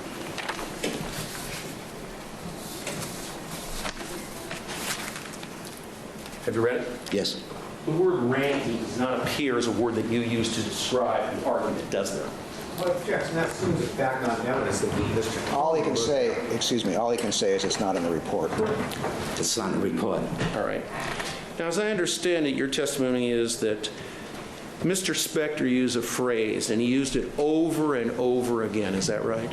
Yes. And he said, "This fucking cunt," right? Correct. Okay. And as I understand it, at that point, you made a security decision, which was, in response to Ms. Melvin's request, to have Mr. Spector leave the premises, right? Yes. So you escorted him into the elevator, is that right? We just got in. Okay, you didn't have to escort him, you just got in the elevator and down you went, right? Yes. And as I understand your testimony, in the ride down in this small elevator, you were next to him, is that correct? Yes. And you gave him what you described as a light pat-down, is that right? Yes. Now, when I say a pat-down, you didn't run your hands along him, his back and his sides and his front, did you? No. You just kind of brushed up against him, is that right? Well, I used my hands also, but I did touch him. Okay. And that was without his permission, correct? You didn't ask permission to touch him? Oh, no, I didn't ask permission. Okay. And you determined from the light touch that he had a gun in the waistband on the right side, is that correct? Not from the light touch. I knew there was something there. You knew there was something there. You felt an object, correct? Yes. And as Mr. Dixon brought out, you've had a lot of police experience before that moment in time, correct? Yes. Handled a lot of weapons in Yes. correct? So from this light touch of this hard object, you determined that he had a weapon on him, is that right? Not from the light touch, Counselor. After I made the light touch and felt an object, I then put my hand on it, and I felt the butt of a gun, and I knew what it was. Elevator gets down to the lobby floor, the doors open, and you and Mr. Spector and Miss Melvin walk out, correct? We walk out, the three of us, yes. Okay. And then as I understand it, you are now in the lobby, correct? Yes. And in the lobby, once again, according to your statement, Mr. Spector makes this invective statement, repeating again, "This fucking cunt," right? Yes. Same as upstairs, correct? Yes. Okay. At that point, you start to exit the lobby, is that right? Yes. Now, you indicated that he made a move towards his pants, is that right? That's Yes. what you just testified to. Towards is his that right? pocket. Sorry? Yeah, towards his pocket in this direction. Okay. And is that where you felt this hard object with the butt? Right over it, on the side. And when you noted he made this move towards his pants, as I think you've described it, you made the statement to him, if you pull out a gun, I'll blow your brains out, correct? Yes. Okay. When you met with Mr. Tomlin, you never made any statement about him making any move towards his pants in the area of where you felt the hard object which you believed to be a gun, did you? You never told him that in January when you spoke with him on the phone. I believe it's in my testimony, Counselor. Well, let me show you the report again. Let me show you the report. I'm going to direct you, Mr. Tazo, to the area in the report where you are describing to Mr. Tomlin on the phone this incident. And you tell me, sir, where it says that Mr. Spector made a move towards his pants. And let me direct you, sir, right here. And it would be Mr. Dixon, paragraph 4, and part of paragraph 5. So it's just here and here. If you just read it to yourself. You tell me where in that report it says that you made that statement. Mr. Tomlin put it in. It doesn't say it. Didn't say it? It doesn't say it. Thank you. It's not in the report, correct? It's not in Mr. Tomlin's report, no, Counselor. Let me fix the fajitas here. Slow. You did not make any notes yourself during the time that you spoke with Mr. Tomlin, did you? No.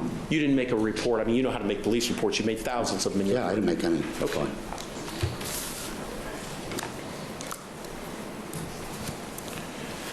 Now,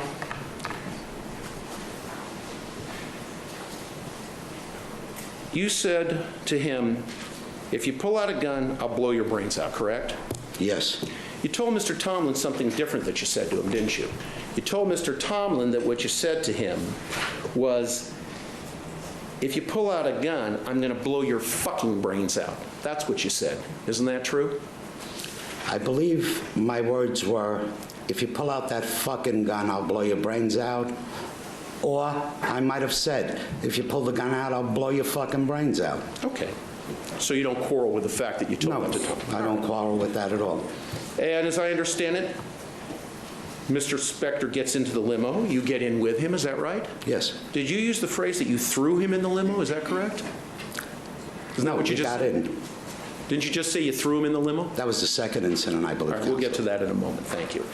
And you sent the bodyguard off for the keyboard, correct? The limo driver. The limo driver. You then indicated that Mr. Spector showed you a badge that he described as one which showed that he was a sheriff in North Carolina, and that he took out a pistol permit. Is that correct? Yes. Okay. And you remember that very clearly, correct? Yes. Just like you remember the rest of this incident, correct? Yes. Okay. Again, court's permission. Yes. Show me where in Mr. Tomlin's report it says that he showed you a badge, told you he was a sheriff in North Carolina, and in addition to that, also gave you a piece of paper, presented you with a piece of paper saying that this was a permit. It's not in there, is it? Not in Mr. Tomlin's report, no. Okay. By the way, the limo driver returned. Is that correct? Yes. He had the keyboard, is that right? Yep. He got in the car, correct? After putting the keyboard in the trunk. yes. And they went on their way, is that Yes. correct? You remained, right? Yes. You never saw any weapon that day, did you? No. And you never saw Mr. Spector with a weapon in his hand, Who cut the did you? tires? No. Some son of a bitch did. You also indicated that prevent Mr. murder charge Spector from going made a down. statement, quote unquote, everywhere I go, I carry a piece. I direct your attention, sir, to paragraph 6, which starts with Tazo said. Ask you to look at that and tell me where that statement appears in that official Los Angeles County Sheriff's report. It doesn't, does it? No. Thank you.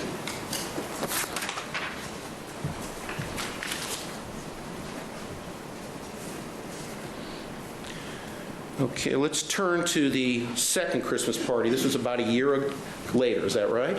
1 year to the date, yes. Okay. And you were serving in the same capacity as security for Miss Rivers at this Christmas party, correct? Yes. Okay. And you looked at the guest list when you arrived early and you saw Mr. Spector's name, correct? Yes. And as I understand it, Mr. Spector arrives, you permit him to enter, you permit him access to the party, and up he goes in the elevator, right? Yes. I couldn't find anything else on. As I understand it, about 1 to 2 hours later, you saw him again, right? Yes. And when you saw him, he was in the lobby with Miss Melvin, right? Yes. And he and Miss Melvin were walking out, and they were talking according to your direct examination. Isn't that right, Mr. Tazo? They weren't. They were arguing. They were arguing. Mr. Spector once again was saying, that fucking cunt, that fucking count, in a loud manner. Is that correct? Yes. And Miss Melvin responded by saying, Vinny, put him in the car, correct? Well, as that was going on, I got between them, and she said something, maybe get him out of here or put him in the car, yes. Okay. Now, you didn't get between them because you heard Mr. Spector threaten Miss Melvin that evening at all. No. As a matter of I think he wanted to be a cop or something. Like, yeah, of course he didn't have any kind of jurisdiction, literally fucking anywheres in that capacity.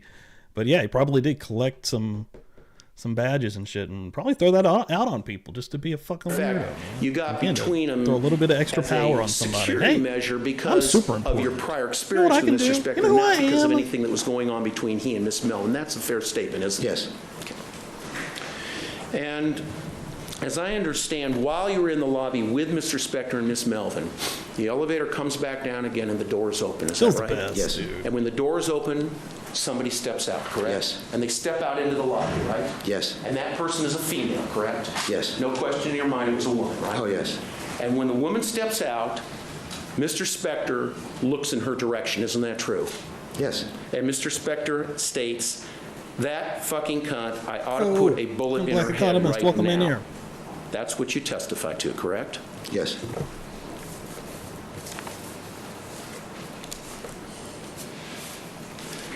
He and Miss Melvin then left, isn't that right? Yes.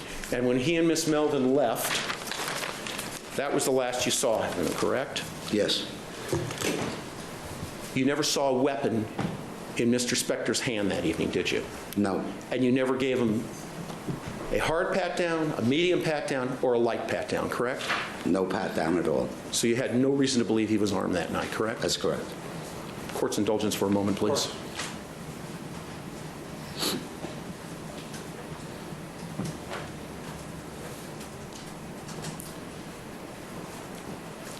Mr. Tazo, Mr. Dixon very adroitly drew out of you the fact that you have some lengthy law enforcement experience, correct? Yes. You're quite familiar with the Sullivan Law in New York, aren't you? Yes. Okay. Without getting into great detail, basically what it says is no individual other than law enforcement is allowed to have a weapon on them in the city. Isn't that right? If you say so, counsel, yes, I agree with you. Okay. Did you have Mr. Spector arrested on the incident regarding the first Christmas that you testified to? Okay, You did not. morning. No. And you didn't have him arrested the second incident, correct? No. Yet you felt a hard object in his waistband that you touched with your hand, believed it to be the butt of a handgun. Whoa. And were satisfied based on years What are of y'all fooling around experience for there, and your bud? years of working with a handgun that he in fact was armed, correct? Absolutely, yes. And you didn't call the police and have him arrested under the Sullivan Law, did you? You didn't. You don't have him arrested under the Sullivan Law. I didn't ask you that. I asked you, did you call the police and have him arrested for carrying a concealed weapon in violation of the Sullivan Law? It's just yes or no. I can't answer that in a yes or no, counselor. Go ahead and explain. If you didn't, why not? Your Honor, when he says the Sullivan Law, it's a penal code number for carrying a concealed weapon. Number one, I didn't have a complainant. Well, you didn't need a complaint. You were a former law enforcement officer. Check's on. Let him finish the answer. Sure. And you can follow Sure. up. Go ahead. I didn't have a complainant to make an arrest, number one. Number two, at that time, I didn't know if he was legally allowed to carry a gun or not. And I felt that situation, just to get him out of the premise. Mr. Tazo, how many years did you work for the New York Police Department? 17. 17, almost 2 decades, right? Yes. You made many arrests for people carrying concealed weapons in violation of the law, correct? Yes. It's a victimless crime, isn't it? You don't need a complainant. All you need to do as a police officer is determine whether or not somebody is possessing that weapon without lawful authority. And if they have, then they have violated the penal code section of carrying a concealed weapon. End of case, correct? No. Why do you need a complainant then, sir? No, what you just said, Counselor, the way I understand it, you just don't walk over to anybody, and if you feel a gun, just say you're under arrest. No, that's not what I mean. Well, Sir, that's what I understood it to say, then I'm sorry. all right. It was probably my fault. Mr. Tazo, you made many arrests for carrying a concealed weapon for the 17 years that you were in the New York Police Yes. Department. When you did that, some of those cases wound up going to court, correct? Yes. You went to court and testified as a witness, correct? Yes. You testified to the weapon being on the person, correct? Yes. And because you were a police officer and had law enforcement experience, you knew that carrying a concealed weapon is a crime in itself. You don't need a complainant to be in violation of that penal code section, correct? Counselor, again, I can't answer that yes or no. When I made what they call gun collars, 9 times out of 10, we either witnessed the action or had a complainant to say to me, that guy's got a gun or something. I just didn't walk up to someone randomly and say, you got a gun, you're under arrest. It doesn't work that way. But if it's pointed out to me that someone has a gun in whatever situation is, then I would take the appropriate action. But there were various instances when you were a police officer, when you yourself would stop somebody for what you believed to be unlawful activity. Objection relevancy. Police officer, he wasn't a police officer. Mr. Rosen, I think you made your point. Okay, you can move along. Very well. Court's indulgence for just one moment, please. Just 2 quick points. You never saw any aggressiveness other than bad language by Mr. Spector towards the woman at the first Christmas party, correct? No, I never witnessed anything about the first Christmas party. Okay, and at the second Christmas party, Mr. Tazo, the same question. You did not witness any aggressive action by Mr. Spector towards that woman either. It was only bad language, correct? That's not correct, Counselor.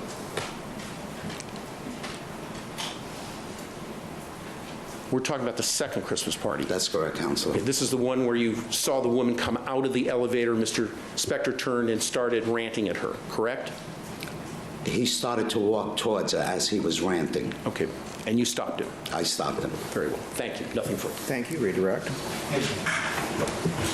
Mr. Tazo, a number of the questions Mr. Rosen asked you, he walked up and showed you a 3-page report that apparently Detective Tomlin made as a result of your interview with him. Is that correct? Yes. Now, in the materials that you reviewed prior to testifying, you had that report, right? Yes. But you also had a transcript of the conversation that you had with Mr. Tazo, or excuse me, with Mr. Tomlin. Isn't that right? Yes. In fact, your conversation with Detective Tomlin was tape recorded, and you reviewed that transcript of that tape, correct? Yes. Did it appear to be correct to you? Yes, it did. And although Detective Tomlin's report of your interview was only 3 pages, rather short, the transcript was comprehensive as to your conversation with him, right? Yes. Now, Mr. Rosen asked you, well, there's no comment in Mr. Tomlin's report about you saying that the defendant was ranting and raving and carrying on. Didn't he remember that question? Yes. Counsel, page 7 of the transcript. Let's see, I'll keep the lines 12 through 16. Mr. Tazo, do you remember in that transcript during your interview with Detective Tomlin telling him, with respect, I think, to the first Christmas party, Tazo, okay, the elevator door opens up. I walk out of the elevator with him, Spector, Dorothy, and we're walking into the lobby. He's ranting and raving and carrying on. Every other word out of his mouth is this fucking cunt. Do you remember saying that? Yes. And in fact, that's what happened, right? Yes. Now, the fact that it wasn't in the report, it's in the transcript of the interview, correct? Yes, I gave my... And that's... I'm just happy we got a different vibe. It's been so long. Rosen also asked you about the badge from North Carolina. Remember? Yes. And he said, he walked up to you and he showed you the report. He said, well, there's nothing in this 3-page report by Detective Tomlin that says that you told him that the defendant had this badge from North Carolina. Remember that? Yes. Okay, well, inviting counsel to page 9, this is lines 20 to 23. Do you recall telling... Pardon? Bait stamp number. Well, I don't have the Bates staff copy, but you have the transcript. It's page 9 of the transcript, lines 20 to 23. Okay. Do you recall telling Detective Tomlin at that time, quote, and he, that's Spector, he pulls out a badge. He shows me a badge, and he says to me, listen, I love cops. I'm a sheriff from North Carolina, and this and that, and he's ranting and raging on. Do you recall telling Detective Tomlin that? Yes. Even though it wasn't in the 3-page report, again, it's in the transcript of the interview, right? Yes, I had no control over Mr. Tomlin's report. That's my testimony. Okay. And just one or two more. Mr. Rosen asked you some questions about when the defendant told you about permits for guns all over, and again, I think showed you Mr. Tomlin's report and asked you to find that comment in his report, and you said it wasn't there. But again, you told him that in your interview, your tape-recorded transcript interview, correct? Yes. And inviting counsel to page 10 of that same interview, lines 17 to 23, let me ask you if you recall telling Detective Tomlin this. And he keeps repeating it. He tells me that's why I got permits for all over. Wherever I go, I always keep a gun because these fucking cunts, they're all no fucking good, and this is why he's carrying on for 10 minutes, and finally the guy comes with the keyboard, puts it in the trunk, and they're gone. Do you recall telling Detective Tomlin that? Yes. In fact, the defendant, once you were in the back of that limo with him, waiting for the keyboard to return from the party, he wasn't ranting about just one woman, but all women. Isn't that right, what he was saying? Yes. All the women, all these C words deserve to die. Isn't that right? Yes.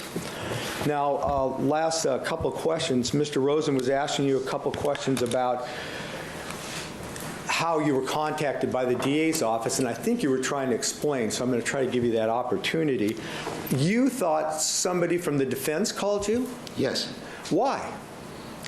I came home one day and there was a message on my machine, and the message stated Vincent, and they started to say my last name, and it came in broken. But what I made was, this is in regards to the Phil Spector case. And that's all I got from the message. And being an ex-detective, I wanted to find out who was looking for me in this case. And I had contacted Joan Rivers' people because I had found out a month previous that the defense team tried to get a deposition from Ms. Rivers. And she was contacted by the defense team. Well, I'm going to object to that and move to strike all. That would all be hearsay. It goes to his state of mind as to what he was trying to do. The objection is overruled. Please continue. More of your answer? Yes. Go ahead. And I got 3 telephone numbers, and I dialed all 3 numbers trying to get a response. The first number I called was a former FBI agent who's now a private investigator who was working for Mr. Cutler.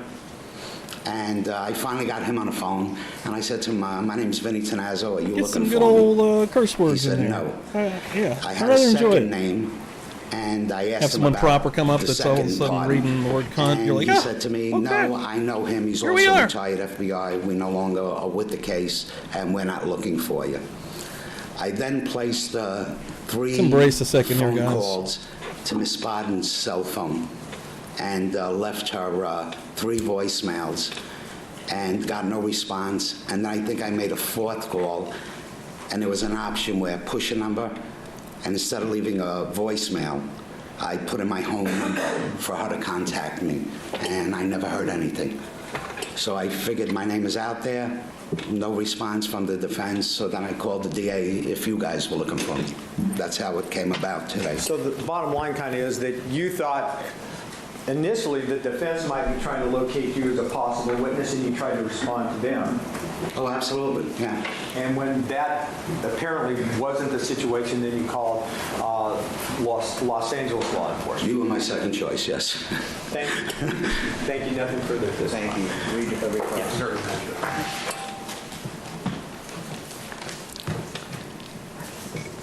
I don't know what choice I was, but you didn't call me. None. Mr. Tazo, I bet that's a normal thing that happens to you, Roz, and I bet nobody's ever calling you, huh? I understand this. You worked for Phil Joan Spector's Rivers the only for person security ever for some calling time, you. correct? Yes, sir. All right. And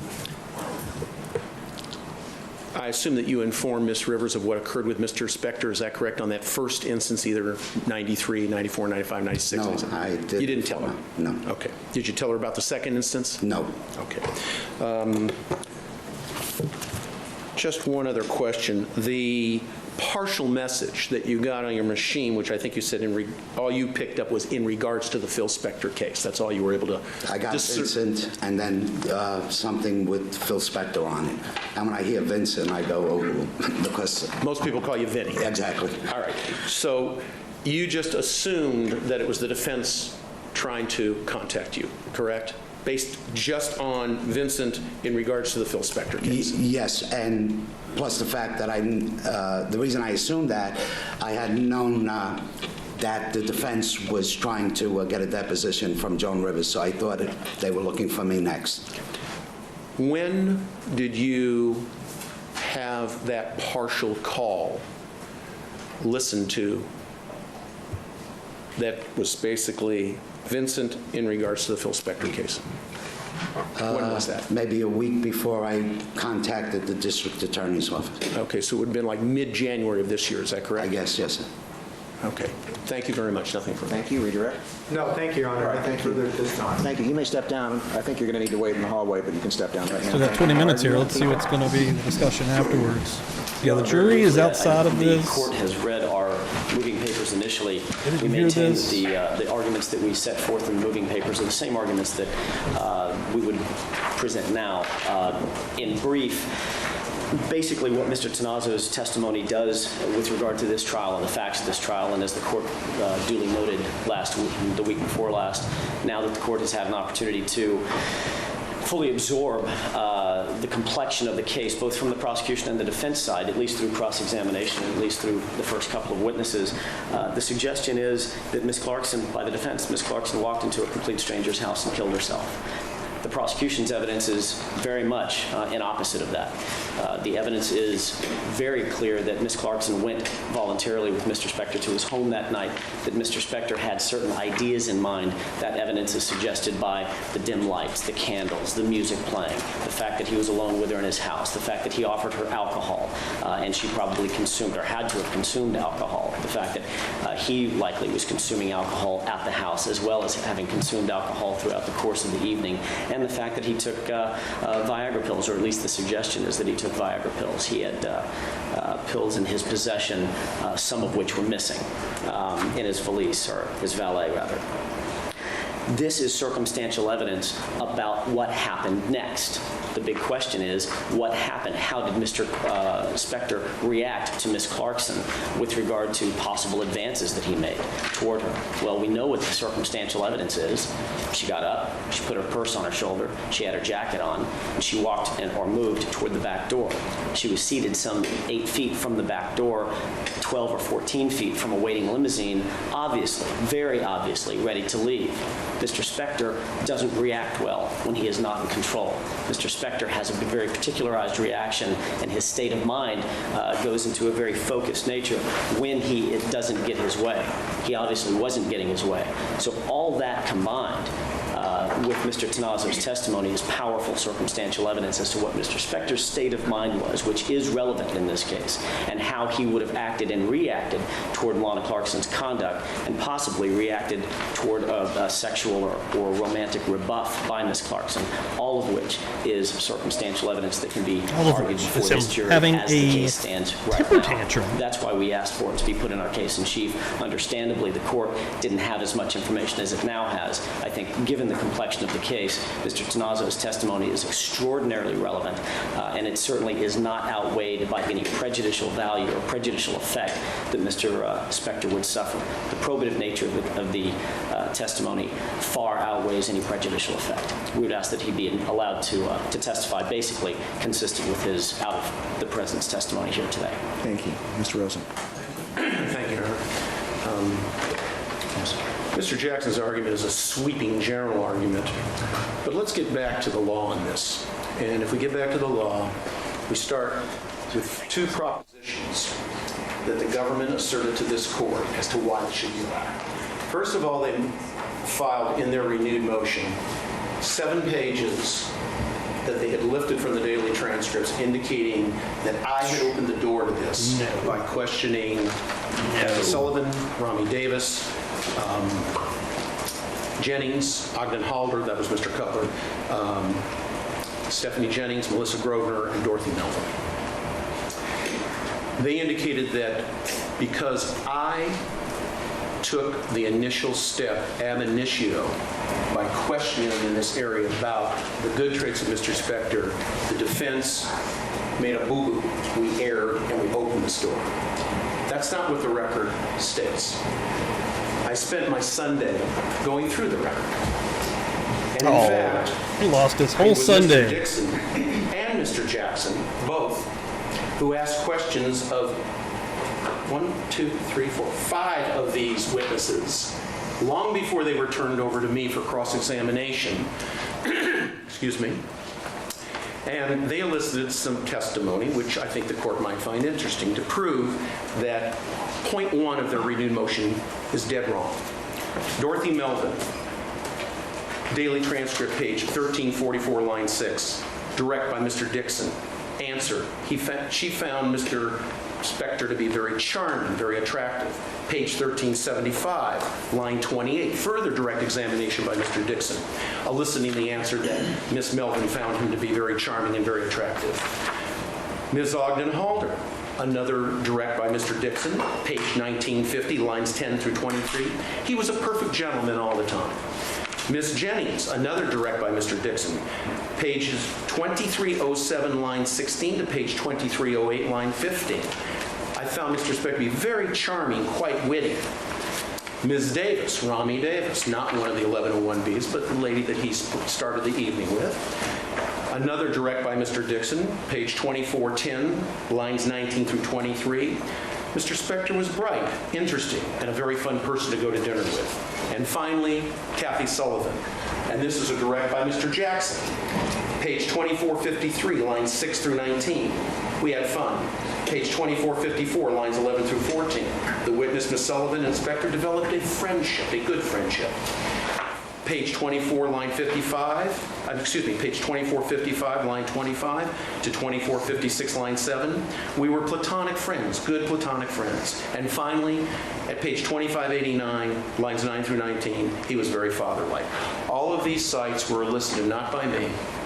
Long before I had these witnesses on cross-examination, they were elicited by Mr. Dixon and by Mr. Jackson in combination on their direct examination. First point. Second point.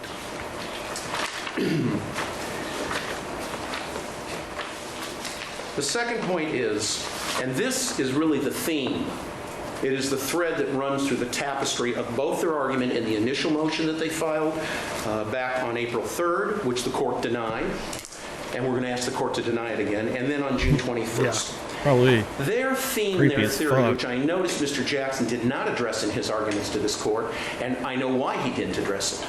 Because the theme and the theory and the thread that runs through the cloth of all of their argument is that because he made these generalized statements in the lobby, because he made these generalized statements in the back of the limo and upstairs about women in general, it shows that they should be permitted so that they can prove motive. You have a lot and of intent actual by Mr. circumstances. Spector towards Ms. Clarkson. Your Honor, here was the testimony here this morning, and you I have no clue how he got it was acquitted. I'm not telling a you, this is crazy. generalized ranting and raving. It was anything but that. I'm not acquitted, but Regarding the first hung Christmas jury, party, whatever the fuck happened here's to a get to this statement. next one In where the they lobby, got him. Allegedly, Mr. Spector said, "This Oh, he's the fucking worst. cunt." He's repeating it again, "This the worst. fucking cunt." Not all the world of women.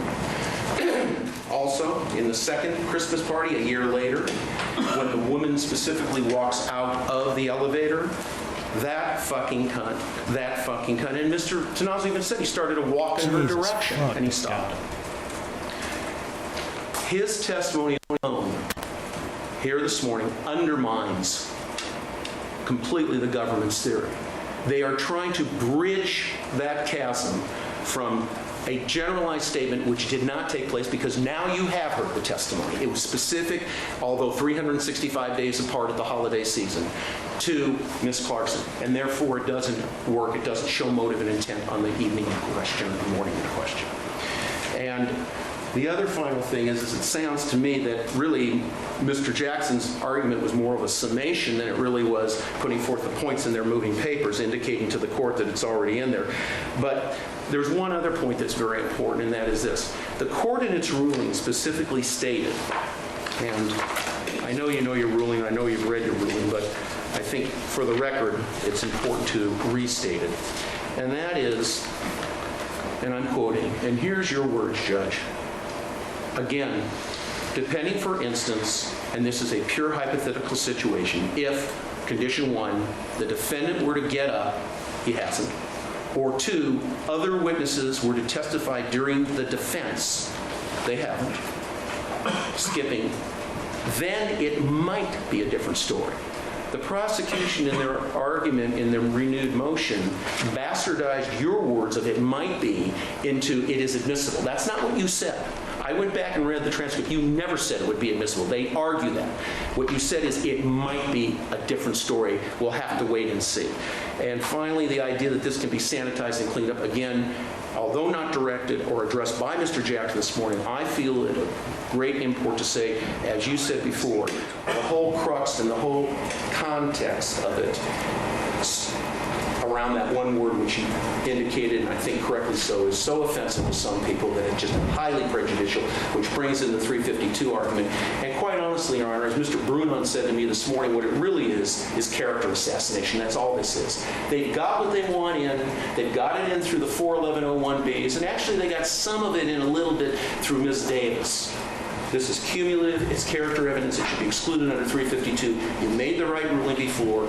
The defense is going to ask you to embrace that ruling now, and once again, deny the request. Anything final? Very briefly, I find it interesting that Mr. Rosen knows what I was trying to argue and what I wasn't trying to argue better than I do. He suggested that the reason that I didn't argue this in my initial statements to the court are because I can't prove that the statements by Mr. Spector were generalized, that it was generalized toward not only a woman in particular, but women in general. Mr. Rosen was here when Vinny Tazo was testifying 45 seconds ago. He heard it all, and what Vinny Tazo said was, and this was right out of the transcript, Mr. Dixon asked him on redirect, and then Mr. Spector, proceeds to start these fucking, and I apologize about the indelicacy. We all do, we understand. And I'm sorry, We Judge. don't care. These Give it fucking to cunts, us. in plural, not that person, but these AJ fucking saying cunts. I'm going to C-words, clip that. That's a new sound clip. Over and People will over be and over. mad. And it's 5 or 6 times in here, and I think I got it, I'll Pokemon. I heard reduce that it to one a freaking single out. statement. He goes on, and quote, and he keeps going, "These fucking cunts," plural, "they all deserve to die." And he says, "They all deserve a bullet in their fucking head." That's not particularized to one woman. And I don't know how Mr. Rosen could have missed that or that could be mischaracterized. It's not. It is a generalized state of mind that the defendant has toward women in general. It shows a misogynistic state of mind that he it speaks volumes about how he feels about women. And then we fast forward that and put these statements in context into the foyer at 1700 Grandview Drive, and it sheds incredibly probative light on what Miss Lana Clarkson suffered at the hands of Philip Spector. She fits the category that he, according to his own words, not words that we've put in his mouth, not words that Mr. Tazo put in his mouth, words that Mr. Spector chose to use himself in public in front of witnesses. It puts a true context into what he felt about Lana Clarkson. She is part of this category that he despises. He goes on to say, they all, quote unquote, they all, and he tells me that's why I've got permits for all over. Wherever I go, these fucking C words, plural, they all fucking know good. It goes on and on and on, and I'll spare us the indelicacy of stating. I'm telling you like it is, baby. Over and over. The reason that I didn't state it before, and Mr. Rosen says, well, I know why Mr. Jackson didn't state it, because it's indelicate, it's difficult to hear. But the court should also know that under Stephanie Jennings' testimony and through the tape recordings of Mr. Spector's own words, that word is already, indelicate as it may be, it's already in the record. It's not like he's going to suffer more prejudice because the jurors are going to find out that he has used the C word in the past. They already know that. They've heard it, and they've heard it right out of his mouth. This is not overly prejudicial, and it's incredibly probative as to his state of mind. And I'll submit, I think the court knows, based on the former production of the People's Moving Papers, what our position is. Thank you for your time. Thank you. All right. I view this, it's a legal issue, and I view it as such. And in doing so, when the motion was refiled, I went back and I read what Mr. Tazo was going to allegedly testify if he was allowed to testify. And I'll be quite candid. When I read it originally, I don't know whether I was caught up in what we will refer to. I'm not going to say that in court and go home and talk to my wife about it, so I'll just call it the C word. Yes, okay? She watches these telecasts, so I'm not going to do that. Judge Diehard, give it to us. I read it originally, and I saw it as sort of a rant from someone who was very angry, just a generalized rant against women. And because of the 352 issues, which we've talked about, I decided to keep it out. When I went back and read it a second time, and I don't know whether I read it the first time and perhaps it didn't register, perhaps I misread it when I read it the first time, the words that struck me, the words that specifically got my interest, and why I wanted to hear from Mr. Tazo. First, I wanted to find out if he had superficial credibility. What I mean by that, we've all heard, people make offers of proof, and then they come into court and they have no credibility whatsoever, or whether, that happens on occasion, and if that had been the case, we wouldn't be going forward. So I at least wanted to find out. And when I say credibility, it's the jury's, ultimately, if Mr. Tazo testifies, they'll determine his credibility. But I wanted to make sure he at least had a baseline to go from, and there's nothing that I've seen today that would make him not a credible witness, but I'm not making any final findings as to that because that's not my function in these proceedings. The words that struck me, and for some reason I read them and I said, was that in the original motion, were the words that talked about shooting somebody in the head. And for the life of me, I don't remember reading it the first time. Now, it was there. It was clearly in the motion. Whether I overlooked it and getting, because I was sort of looking at the overall thing, having now heard the testimony, what it comes down to me, there's two issues. There's the 352 issue, and then there's the issue which no one has addressed today, but it's there and I have to consider it.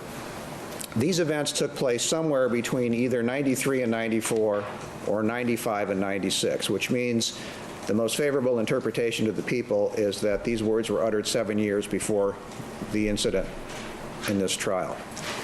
The cases that were cited by the people and also by the defense, and I've gone back and I found other cases that have to do with a state of mind. And that is where an individual who is later charged with a crime, and it's always been murder that I've read, makes a statement at an earlier time about an intent to act in a certain way and then acts in that way. And it has been held to be admissible as a declaration of the defendant's state of mind and a willingness to act that way in the future. several of the cases that I read, it's not the central piece of the holding of any of those cases. They talk about, when evaluating whether it was admissible, one or two of the cases, perhaps more, have used the language and have stated it happened near the time of the incident that is being charged. In other words, why the trial is taking place. And the greatest concern that I have, is that a prohibition? Is that simply something that they stated? How does that fit in with the facts of the case? And I've been very careful, and that's one of the reasons originally I kept it out in the beginning. I've reread all the cases. I've read more cases than I started out with. And the way I analyze this entire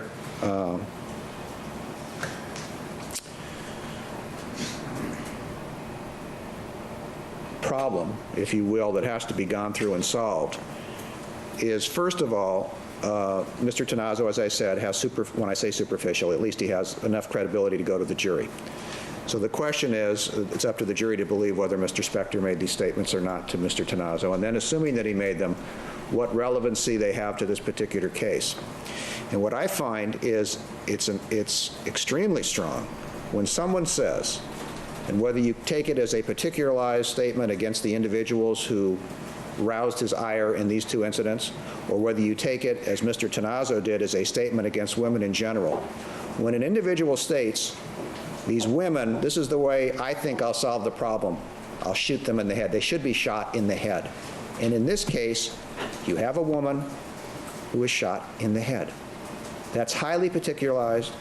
It's extremely probative. I am concerned with the 352 issues of the use of that word. I mean, that's a damn has good heard the point, word. dude. It also tends to show the depth. Like, there's of Mr. so Spector's many anger indicators when he uses that word. So I've considered the 352 issues. That goes to I the have point. considered the timeliness or staleness And of the event of what time happened. of the comment. Given the state of the law, it is not. There is no prohibition against Gentleman using today it. I is, recognize and I have considered it continually. A headshot wound that because murdered this a incident woman. took place That was years in his before. presence last. These incidents took place years before the incident in this He has case. a history. But I am satisfied that it is admissible evidence and that the probative value outweighs the prejudicial value, and I will allow the people to present it. And that's my ruling. All right. I mean, Let's take a break, give Cindy a chance. Phil's and mad in about 10 it. minutes we'll resume. Feels We'll like, start oh, with they're the out to jury. get me. Thank you. They're I don't out know to when get the people me. intend to present this evidence. We have an arrest that he's here from out of town. We'd like to proceed. Who do you have as witnesses this morning? We have a number of witnesses from out of town. We'll be starting this back up probably next Sunday. Okay, well, I think I got another Courtney Clinty Tuesday church planned. Proceed with their witness, Mr. Tazo. We'll see where we're going If you next. need some time to look up documents or something, then we'll give you a break between his direct and his cross if necessary. Okay, thank you. See where we go next week as we continue to truck through the Phil Spector Hollywood murder trial, as I call it. 36 minutes with the retired NYPD detective. And okay, we're still back there. I guess I'd imagine this time it's going to be with the jury. We're on number 128 of like 230 some guys. So we're still trucking and we have a long ways to go. Everyone this morning, thank you all so much for coming through. I really freaking appreciate it. Great morning murder church this morning. Had a wheel spin. Got another one on its way for a t-shirt giveaway. So make sure you come back by. I probably won't be doing the wheel stuff today during the UFO show with Jack. Probably going to keep to the task and the content on that one. But yeah, come through. Have a good time today. We're going to be portaling you out of this stream into that stream, 4 p.m. Eastern time. Jack from Never a Truer Word is going to come on. A language expert is going to be coming on and analyzing the hypnosis recording of Barney Hill and his UFO abduction. It's going to be very cool. It's going to be interesting. Come through, hang out, and yeah, have a good Sunday until then, folks. Going to portal you out of here. Thank you so much. Boom.